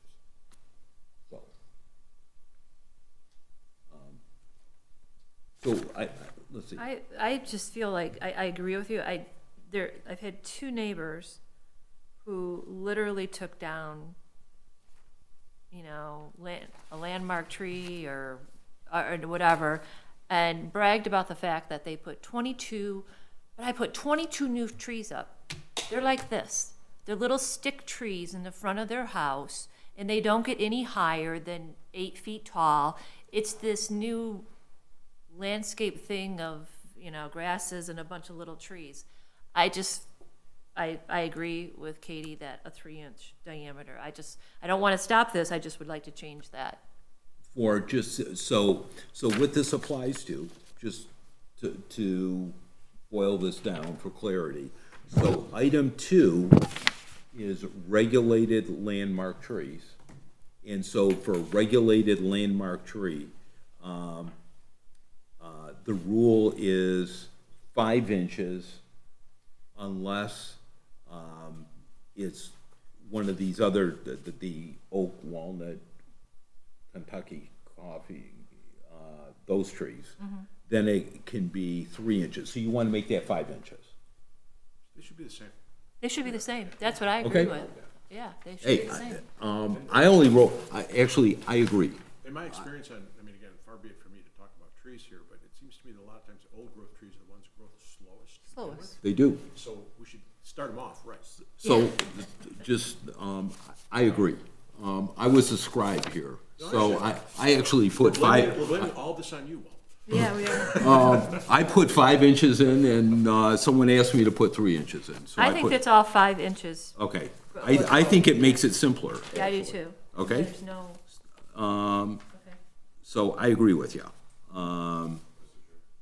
Yes, sir. Is the desire then just to strike from except for to the end of the sentence? I think that would be right, yes. Well, desire except for, That's where they go to the 3 inches. Well, yeah. would old growth deciduous trees would still fall under the definition of deciduous replacement trees, right? I mean, if you struck. Yeah, I mean, the only thing that does, that's the clause that says if it's an old Right. growth, then you can be 3 inches, you're just gonna strike that, right? Right, So yep. everything- Yeah, oh, yeah, I see. Yeah, Oh, you're it just striking goes it, away. you're not Yep. changing it. Yep. Got it. Oh, So Then it- the number 1 is gonna also be 5 inches. Well, no, actually, the rule here is different because the rule under number 1, and this is existing, this is not a change. So, the rule under number 1 is regulated non-landmark trees. Like what? Something that's not on that list that I just gave you, which is a landmark tree, you can look at that list. So if it's not on, how big of a maple tree does it have to be a landmark tree? 18 Okay. sizes. Okay. So you take down a 15-inch wide maple and you can replace it with a bunch of 3-inch trees. Same as what we're seeing. You can, under the rules, if it's that 15-inch maple, you can replace 50% of the diameter with 3-inch trees. I don't understand why you would have anyone sign something like that. no. Is this a statute that the city commission is voting on Tonight, we are. tonight? Well, yeah, I'm not gonna recommend it without 5 inches on that too. Well, let's consider something. If you take down, I'm gonna use an example of a 12-inch maple, okay? I think I'm all for saving trees, okay? If you take down a 12-inch maple tree, under the rule, you have to replace, and it's a healthy tree, you have to replace 50% of the diameter. That means you've got to replace 6 inches of that tree. So what you're suggesting, Katie, is now you've got, and I'm gonna make it simpler. I'm gonna say it's a 10-inch tree, because it's still a regulated tree. I'm just doing this for math purposes. So you gotta replace 50% of it, so you gotta replace 5 inches. Right now, the rule is if it's a landmark tree, you've gotta replace it with 5-inch trees. If it's not a landmark tree, you gotta replace it with 3-inch trees, okay? Now, if you ask someone who takes down that 10-inch tree to go replace it with a 5-inch tree, more or less, you're talking about someone coming in and spading in trees. Because to find in our market trees that are bigger than 3.5 or 4 inches at the wholesalers that we have in southeast Michigan, you're not gonna find them. Because now you're talking about a tree with really a much larger root structure. Do you have to replace, if you take down a maple, a 15-inch maple, do you have to put a maple back in there? No. Okay, so I took down probably 20 canopy trees in my backyard. I replaced it with 165 pine trees. Say that again?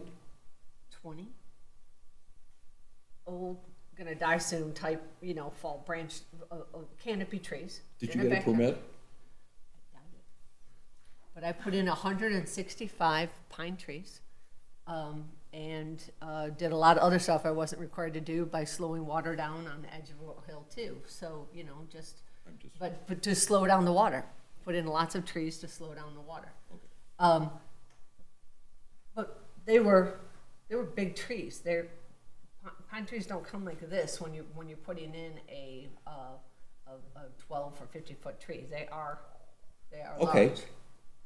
But to find deciduous trees, so if you go to the local wholesalers and find deciduous trees, they sell them by the inch.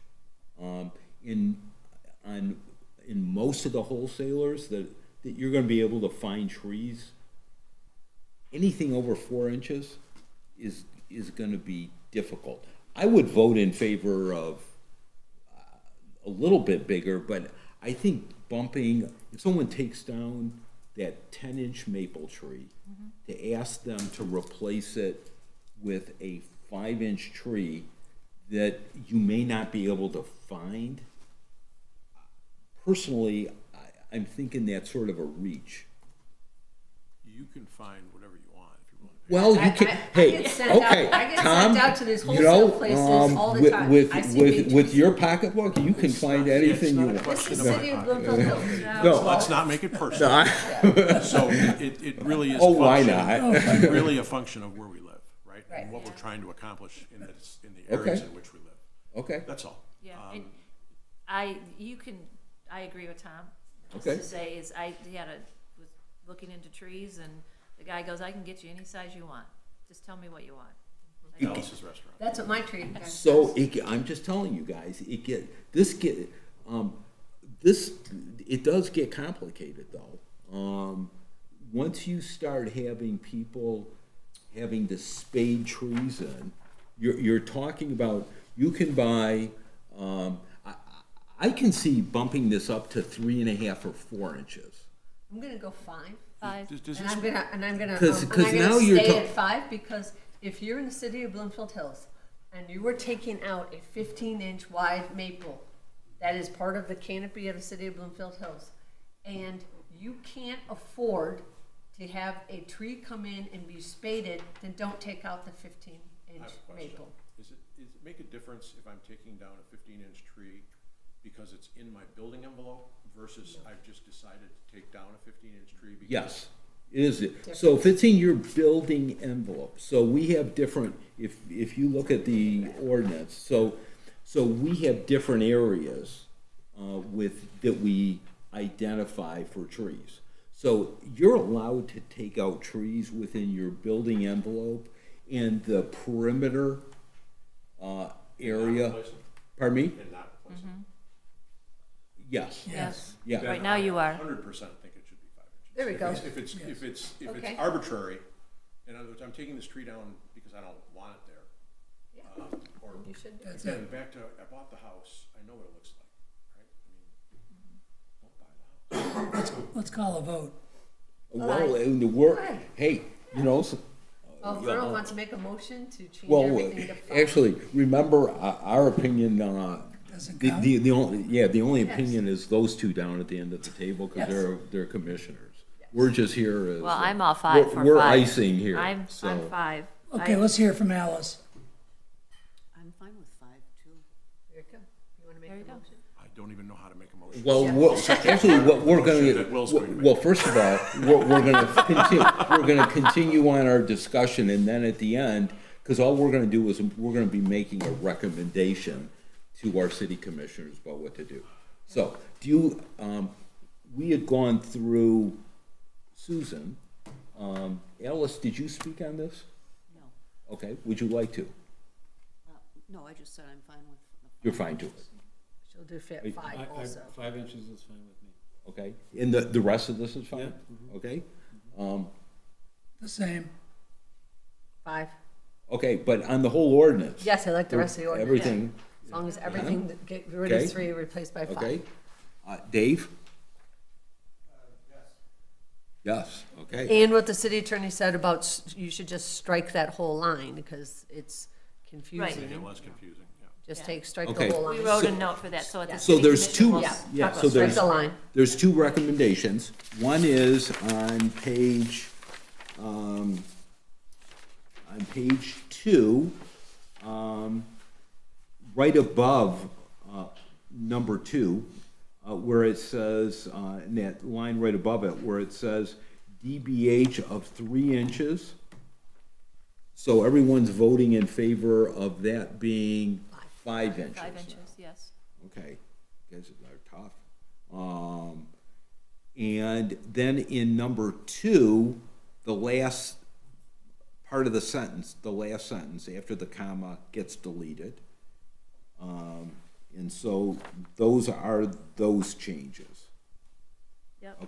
Okay, so what we're going to do is, our recommendation is those couple of things, and so you guys can, Catherine, since you're instrumental in this, you make that motion.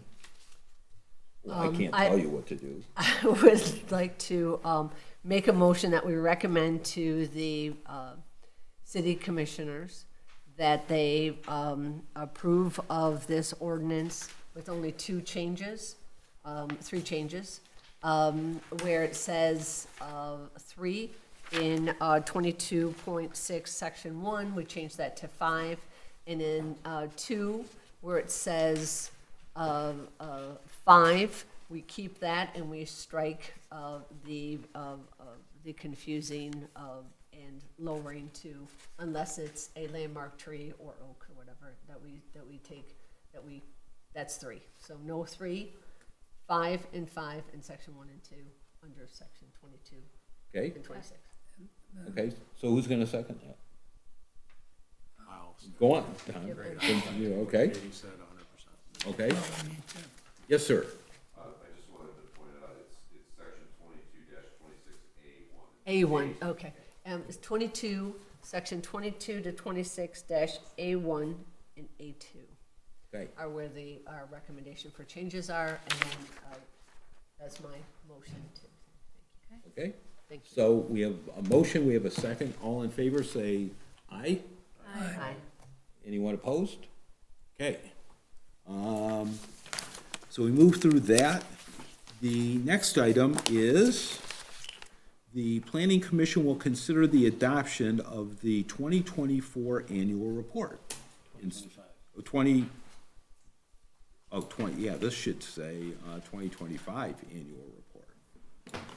Oops. Oh, no, I'm looking at the agenda. Yeah, the I'm agenda re- I'm says reading- 24. I'm reading the agenda. So we're both right. Okay.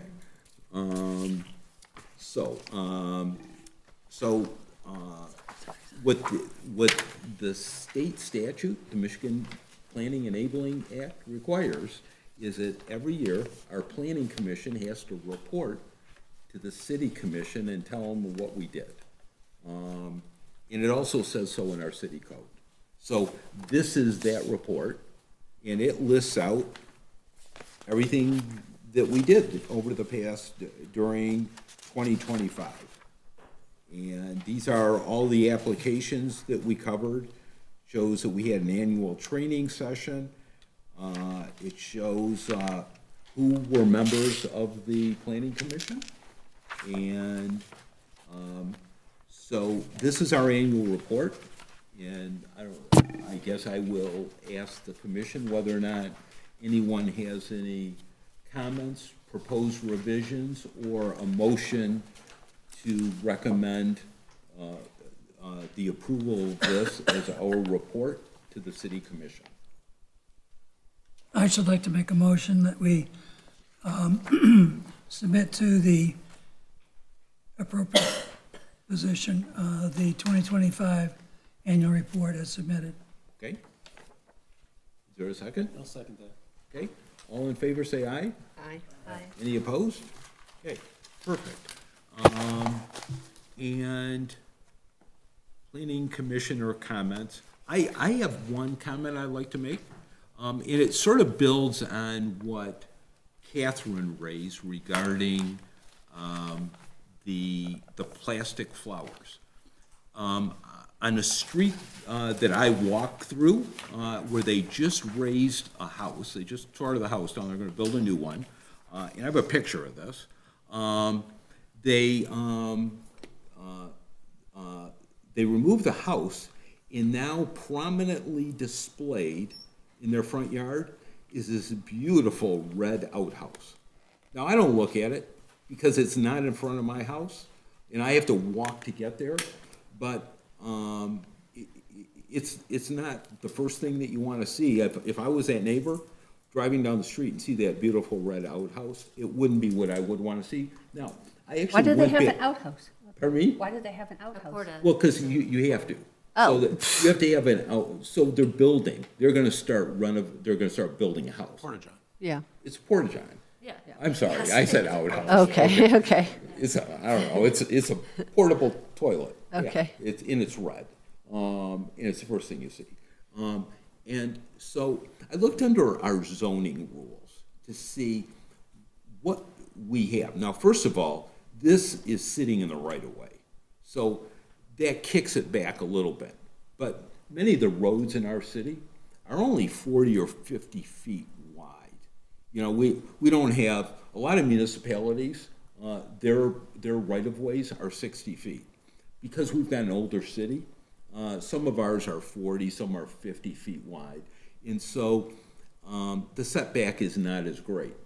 But even with a 50-foot road, which means it's 25 feet back from the center line, would be the property line.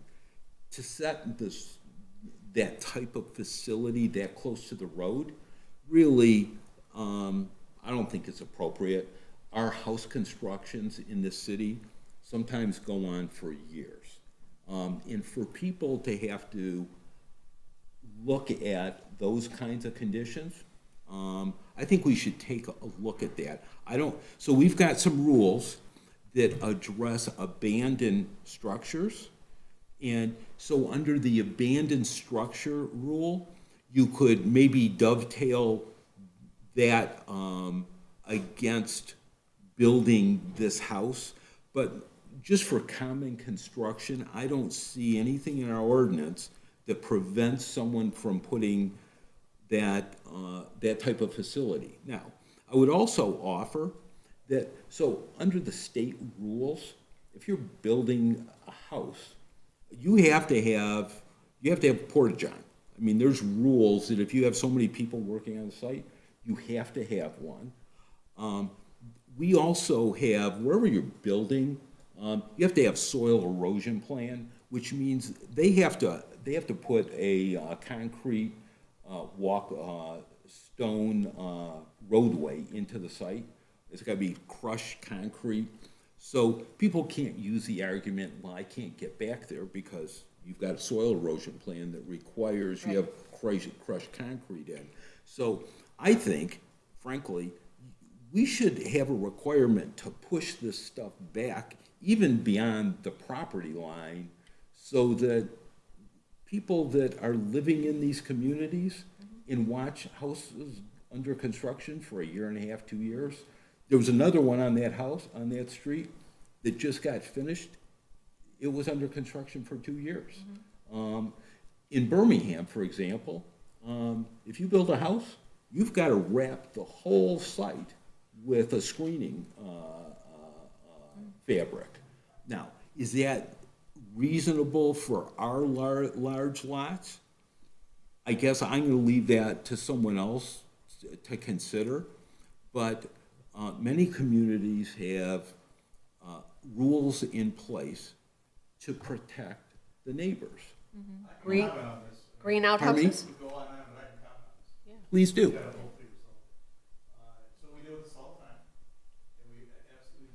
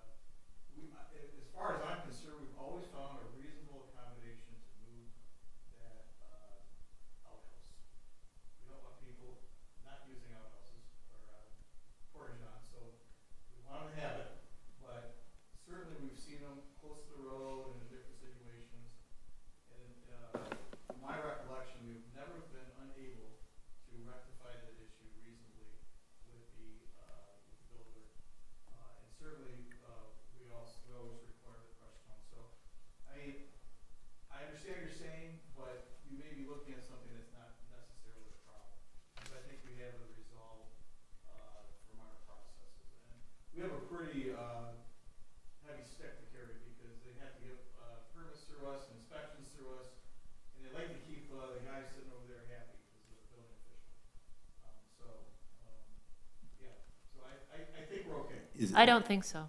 You know, I always see you in the No. back of the room. So you're Yeah, our new yeah, building official?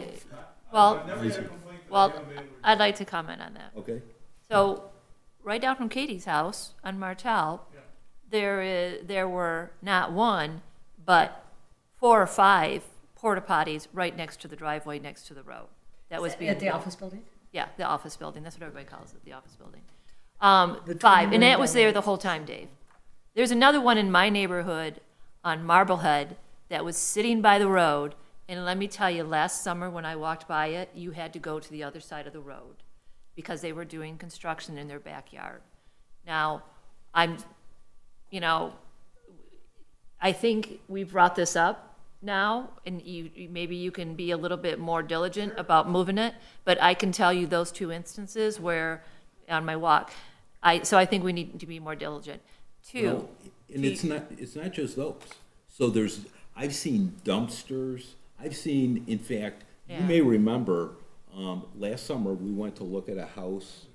It was on our agenda in, not Hunt Club,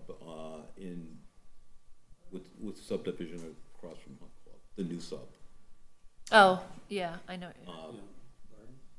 Barden, yeah. yeah. Where the house, they had the porta-john, they had piles of dirt. I mean, it was just a mess.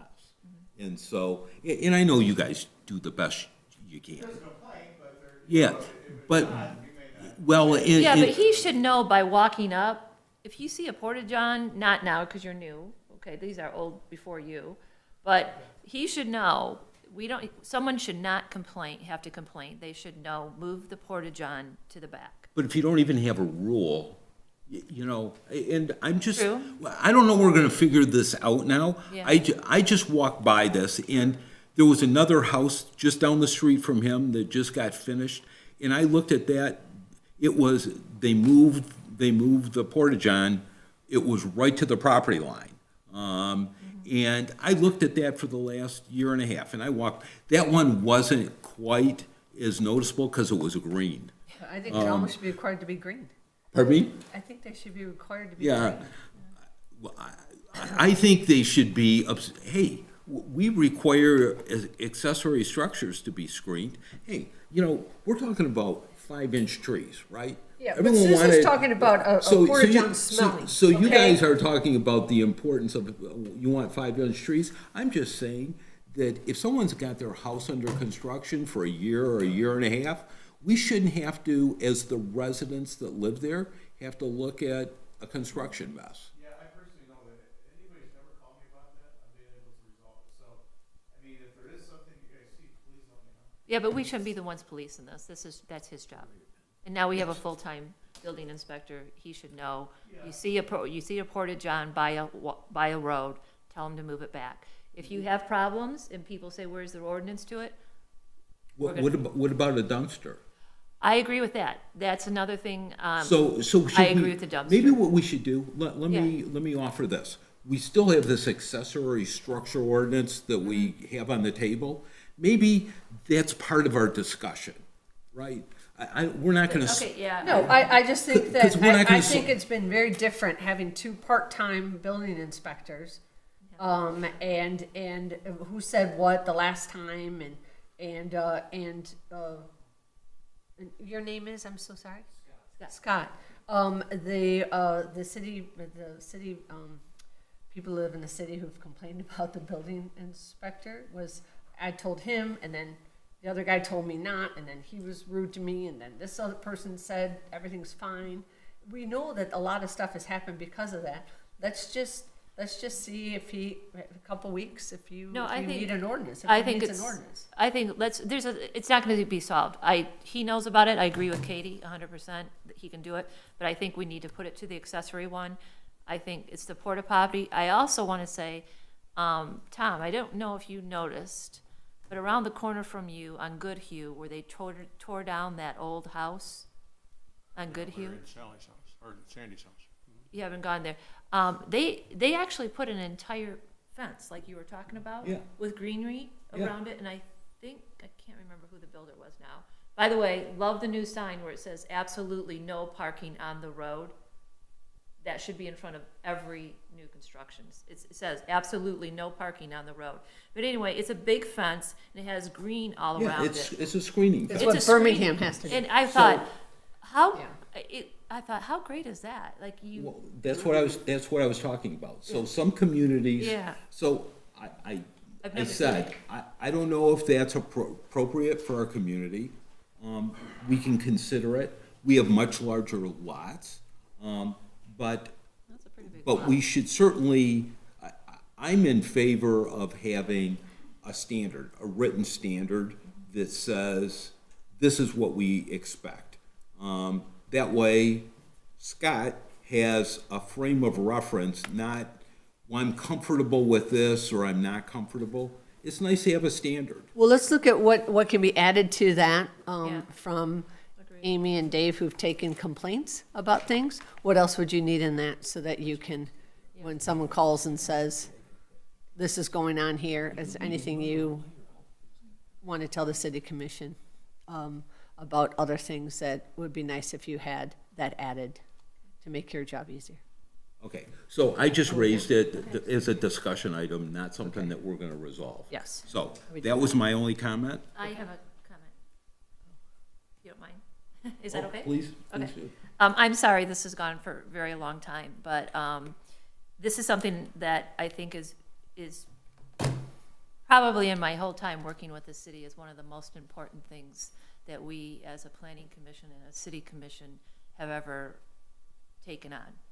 So the mayor pro tem and myself, who are the city commissioner sitting on this, I wanted to inform all of you that, if you haven't read about it, at the city commission meeting in February, the city commission adopted a resolution establishing a 90-day moratorium on development and redevelopment applications for the city. This is not unique. This is something that a lot of cities and municipalities do. And what it is it's not stopping. The best way to say it is we are just pausing issuing permits until the city has time to investigate, consider, and develop revised commercial use classifications and related regulatory approaches that may support long-term revitalization of the city center area. So what it means is that what the city, we adopted the resolution, the city commission did, and then what we did is we assigned it to the planning commission. So you, as the planning commission, have what your responsibility is to look at the city center, and if you want to expand that or whatever, you can talk to us, or you can do that. But it's to look at the city center and to really take a look at, is our city center serving our residents to what they want today? A lot has changed. A lot of this happened with COVID. COVID changed a lot of things, work habits, traffic, everything. And so it's a time for us to really say, what do our residents need? What do our residents want in the city? So now, in order to do that, tonight at the city commission meeting, we're actually looking at 2 different bids for I call it an independent urban planner. These are professional people who they do this for a living. They look at the city, they look at everything that you have, they look at trends throughout the Michigan and other cities, what's going on. They also take into account, they talk to residents, they hold meetings, they do surveys and say, what do you as residents want in the city? So we are tonight going to vote on whether or not, I can't say it's going to be passed, I don't know until we go through it, but we're going to vote on spending the money to do it, to give, and that urban planner will work with you, the planning commission. And they give you all of their information so that you have the facts to deal with. You're not gonna get that done in 90 days. I know. And that is, we know that. So, because Blinding flash of the obvious there. Yeah, no, that's okay. So even the proposals that came in is going to take longer. According to our city attorney, we can extend the moratorium until we have done all of our fact finding. Obviously, it cannot be forever, and nor do we want it to be forever. We want to get it done as quickly as possible, but we want to get the right information to all of you. Mr. Chairman, you have the ability to, this is a big undertaking. This is a lot of questions, it's a lot of information. We want everybody's input. We want everybody on this planning commission to have an input, to say what they think, to give their thoughts. I know a lot of this has been done with subcommittees. So, Mr. Chairman, if you want to put a subcommittee together to start it, that's your call to do that. You decide if you want to put a subcommittee. You'll know tonight whether you got approval for this urban planner, and then you might be able to talk to whoever this urban planner we have is and say, do we meet with you now? Do we meet with you later? What's the best way to do this? We're just trying to follow a process. I will encourage everybody, though, if you do decide to have a subcommittee, you arrange the meetings around the availability of the subcommittee. So if it's, Alice and I, and I'm just, Katie and Tom, or whoever, or Will, whoever, you're organizing the meetings around the subcommittee. However, as we passed a year ago, all subcommittee meetings are open meetings. So you can be informed, so please, if you're not on the subcommittee, don't think, oh, that's the subcommittee, I don't need to be involved. We want everybody, we need everybody involved with this. We need everybody to really be involved, to attend the meetings, to get the information. You were talking about and I'm a sociologist, so I did all these things. First of all, we're asking city residents what they want in zoned areas when I don't think they actually have a say, because you have it zoned certain. They can't say, hey, we want to have a beauty salon. Unless you rezone. Right. So is that what you want from the residents, for them to say, hey, we want a beauty salon? No. Or we want a McDonald's? All good questions. I think those are really good questions for the independent urban planner. She's really going to be able to answer those questions for you and to tell you, we can make assumptions now. We can say, oh, I want this, I want that. I think the urban planner, the two people that we've had, they do this for a living. They're known. They're known for it. My question is, why are we wasting money having a survey done of residents when it's really a city planner? I don't know if the surveys, how they gather, the input. So I can't answer that. I got to have an independent. All right, and then what urban Tom's planner. point is, this won't be done in 90 days. It won't be done in 6 months. So you really wouldn't have a subcommittee before the findings come back, right? I don't, that's up to the planning commission. Because there'd be nothing to discuss. Let me say That's this. his decision. So I got Dave's letter, and what I did was I immediately sent that to all these commissioners. So I sent your resolution in Dave's letter to me. I sent it to the planning commission, and I reached out to each commissioner, and I reached out to you, and so at this point I understood we weren't doing any subcommittees, so that you wanted us to wait. Just until after tonight, when you have an Okay. urban planner. That's that can get fine. you- That's the only thing. I didn't Because of even- this reason right here, Well, is the urban a planner has subcommittee. to make their findings, so why would any people who are volunteering with their time get together and come up with good ideas, and then what they think are good ideas, and then have to counter someone that's been hired by the city to come up with really good ideas? And then what? We're going to be fighting with the planning. I don't think any planning committee, any subcommittee meeting should be convened until the findings come back. And let me offer this, and I offer this from the standpoint of having worked with many communities over the years on their master plans as a developer, and working on what goes in particular places based on zoning patterns, based on master plans, long before I sat on this commission. there's a lot that goes into putting a master plan together. When we put our city's master plan together, I helped author it.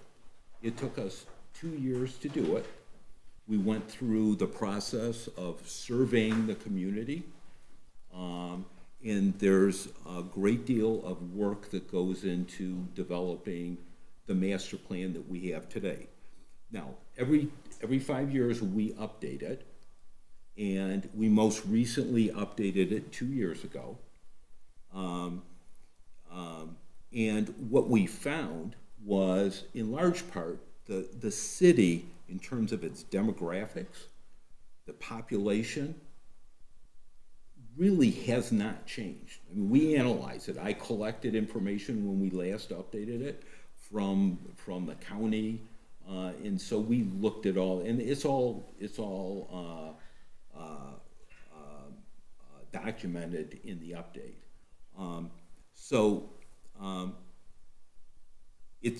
It's a longer timeline. As I look at it, as the city commission reviews this tonight, and I explained in my correspondence, I think what needs to happen is we need to address scope issues and the depth of the review. Right now, your resolution is confined to the city center area. And I pointedly said that in the master plan, that's a defined area. I understand the concerns, maybe concern is not the right word, but the interest in particular locations within the city where there's opportunity to change things. They are not within the city center area. So the first thing I think we need to do is, because I fervently believe we need to stick to the language in the master plan.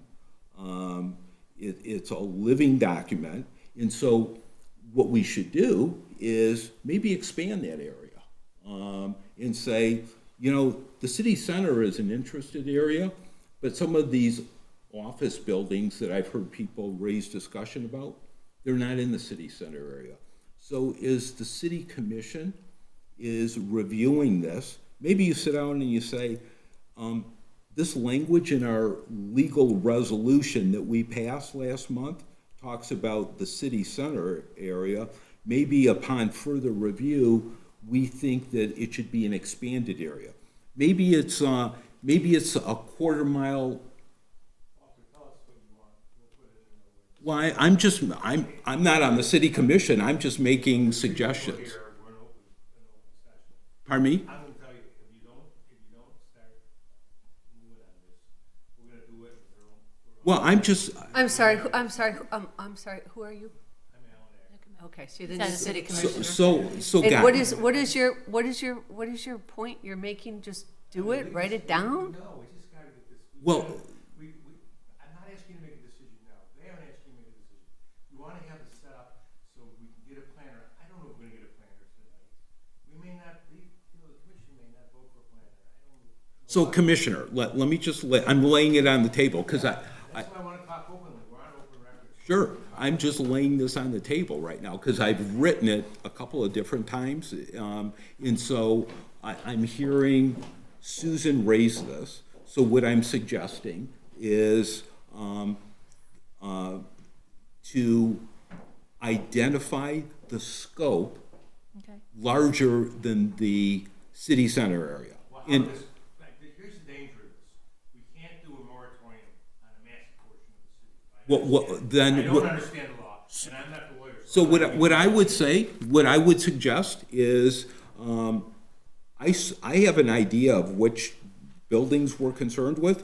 So I would say, We gotta get a concept going, so we know where we are in 35 years, because I want my name on that wall as one of the people who helped do something. okay, well, maybe you want your name on a building or something. So, I don't know. all right, so we let me got it. I get to the understand that point. part. I got that, yeah. So what I would say is I would take a ruler, and maybe it's within a quarter mile radius of Long Lake and Woodward. I think if, Yeah, can I make a comment? I mean, I think what you're doing is you're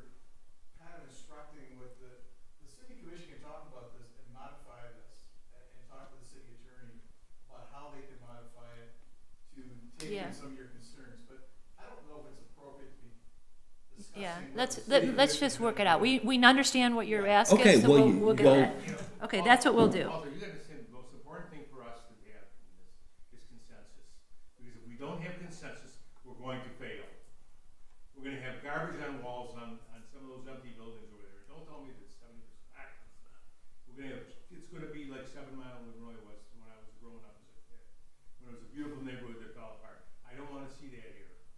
I live a mile and a half from that. You live a mile and a half from that. You can't live much further. Sure. And the only way we're gonna do it is have some kind of long-term consensus on what we're gonna do in this national area, which also feeds what goes on across the street. But we can't do it there, because if we start going across Woodward and going across the line, we're gonna get so expansive, that we're gonna end up with a lawsuit, from what I understand. Okay, we'll work with, about expanding it, So right? Okay. If you set up the subcommittee now, we're not forcing you to do anything today with it. We're just asking you to set it up today. I would hope that these two would be on it, because, and I know I'm gonna be at every meeting, you know that. Well, you're going to be on it too. You don't get to start it without participating. But so let me just make the couple of points I'd like to make. Okay. So you just said you described what you've tasked the planning commission to do, which is the city center area in reviewing commercial zoning designation. That's what you've tasked us to do. And I'm coming back as the chair and I'm saying, we're ready to set up a subcommittee. I'm suggesting, because I don't have authority, the planning commission doesn't have authority to sort of make our own rules. I'm suggesting you say, here, this is the area you're working in that you have authority to do, and you have authority really to look at the broad zoning and the use of properties, the language I would use, that conforms with the description that's allowed under the master plan, which, I don't even know the one to do that. That's the problem. All right, well, let's, because we're getting to, so I understand that part. okay. So what's the other? Those are two conditions, and then we can come back and we can say, we're not just looking at this one area, and we're not just looking at commercial zoning, because you may see an office building that's vacant or largely vacant that may set up for some type of rezoning or something, or some other use, which falls completely outside of the definition that you gave us, because it's not in the city center, nor is it a commercially zoned property. Is that clear? Yeah, got it. Okay, We got it's it. real, Right. it's actually Yeah. not complicated. Yeah, that's good. I think we got it, so, yes. Susan, I just have a question from an educational standpoint. Excuse me. If I were a property owner, let's say I'm Kingsley Inn and I own the property next door to Kingsley Inn, and I'm a developer, which I'm not, as you know. Okay. Does that mean by the moratorium that you announced here this evening, does that mean that if I'm, as a developer, somebody comes to me with a plan to buy my property and do something with it, that thing has to sit and wait until we folks decide on what to I'm gonna do? let Mark answer that, because he's the legal expert. Is your proposal, if your scenario is that you're a property owner and a developer approaches you to develop the property, can you sell? Yes. That doesn't violate the moratorium. The moratorium is only for issuing permits. And As for a restricted area, which also has nothing to do with the planning commission's study on what the regulations should be. This is just the moratorium area. The planning commission can explore whatever area of the city they want to if they decide on to take it. The person purchasing it would be the one operating under the moratorium. We have to be understanding of the moratorium. Exactly. Yes, But- good way to put it. Yeah. but if Moratorium is temporary. It's not okay, Right. if I'm aggrieved by such action, what remedy do I have? The resolution says, I'm sorry? There's an appeal process in the moratorium. yeah, exactly. In what venue? The resolution provides for exactly that flexibility, that if there's a particular concern by a particular owner over the desire to develop within the moratorium, it can approach the city and address that. So the resolution doesn't preclude somebody who wants to sell, wants to build. That's really I'm just trying to look at it from a Yeah. business Oh, yeah. No, no, standpoint. the Am resolution I, provides for that. am I being put in No. a lesser position because of an action taken No. arbitrarily by the city? No. Pardon the word arbitrarily. Yeah, I have no that's- position on the That's matter. not my impression as I read that resolution. That's not an issue. Thank you. Thank you. Okay, that's all we have. Thank you. Okay. So, no other business? Pardon me? Alan, no. No. Will you do me a favor? We get ourselves organized and we sit down in an open meeting, and we do it before a month from now. It's 3 months for a moratorium, and I know we could extend it. I wanna. You've been in Florida the last couple of weeks, haven't you? All right. All right. Thank you. I'm gonna call our meeting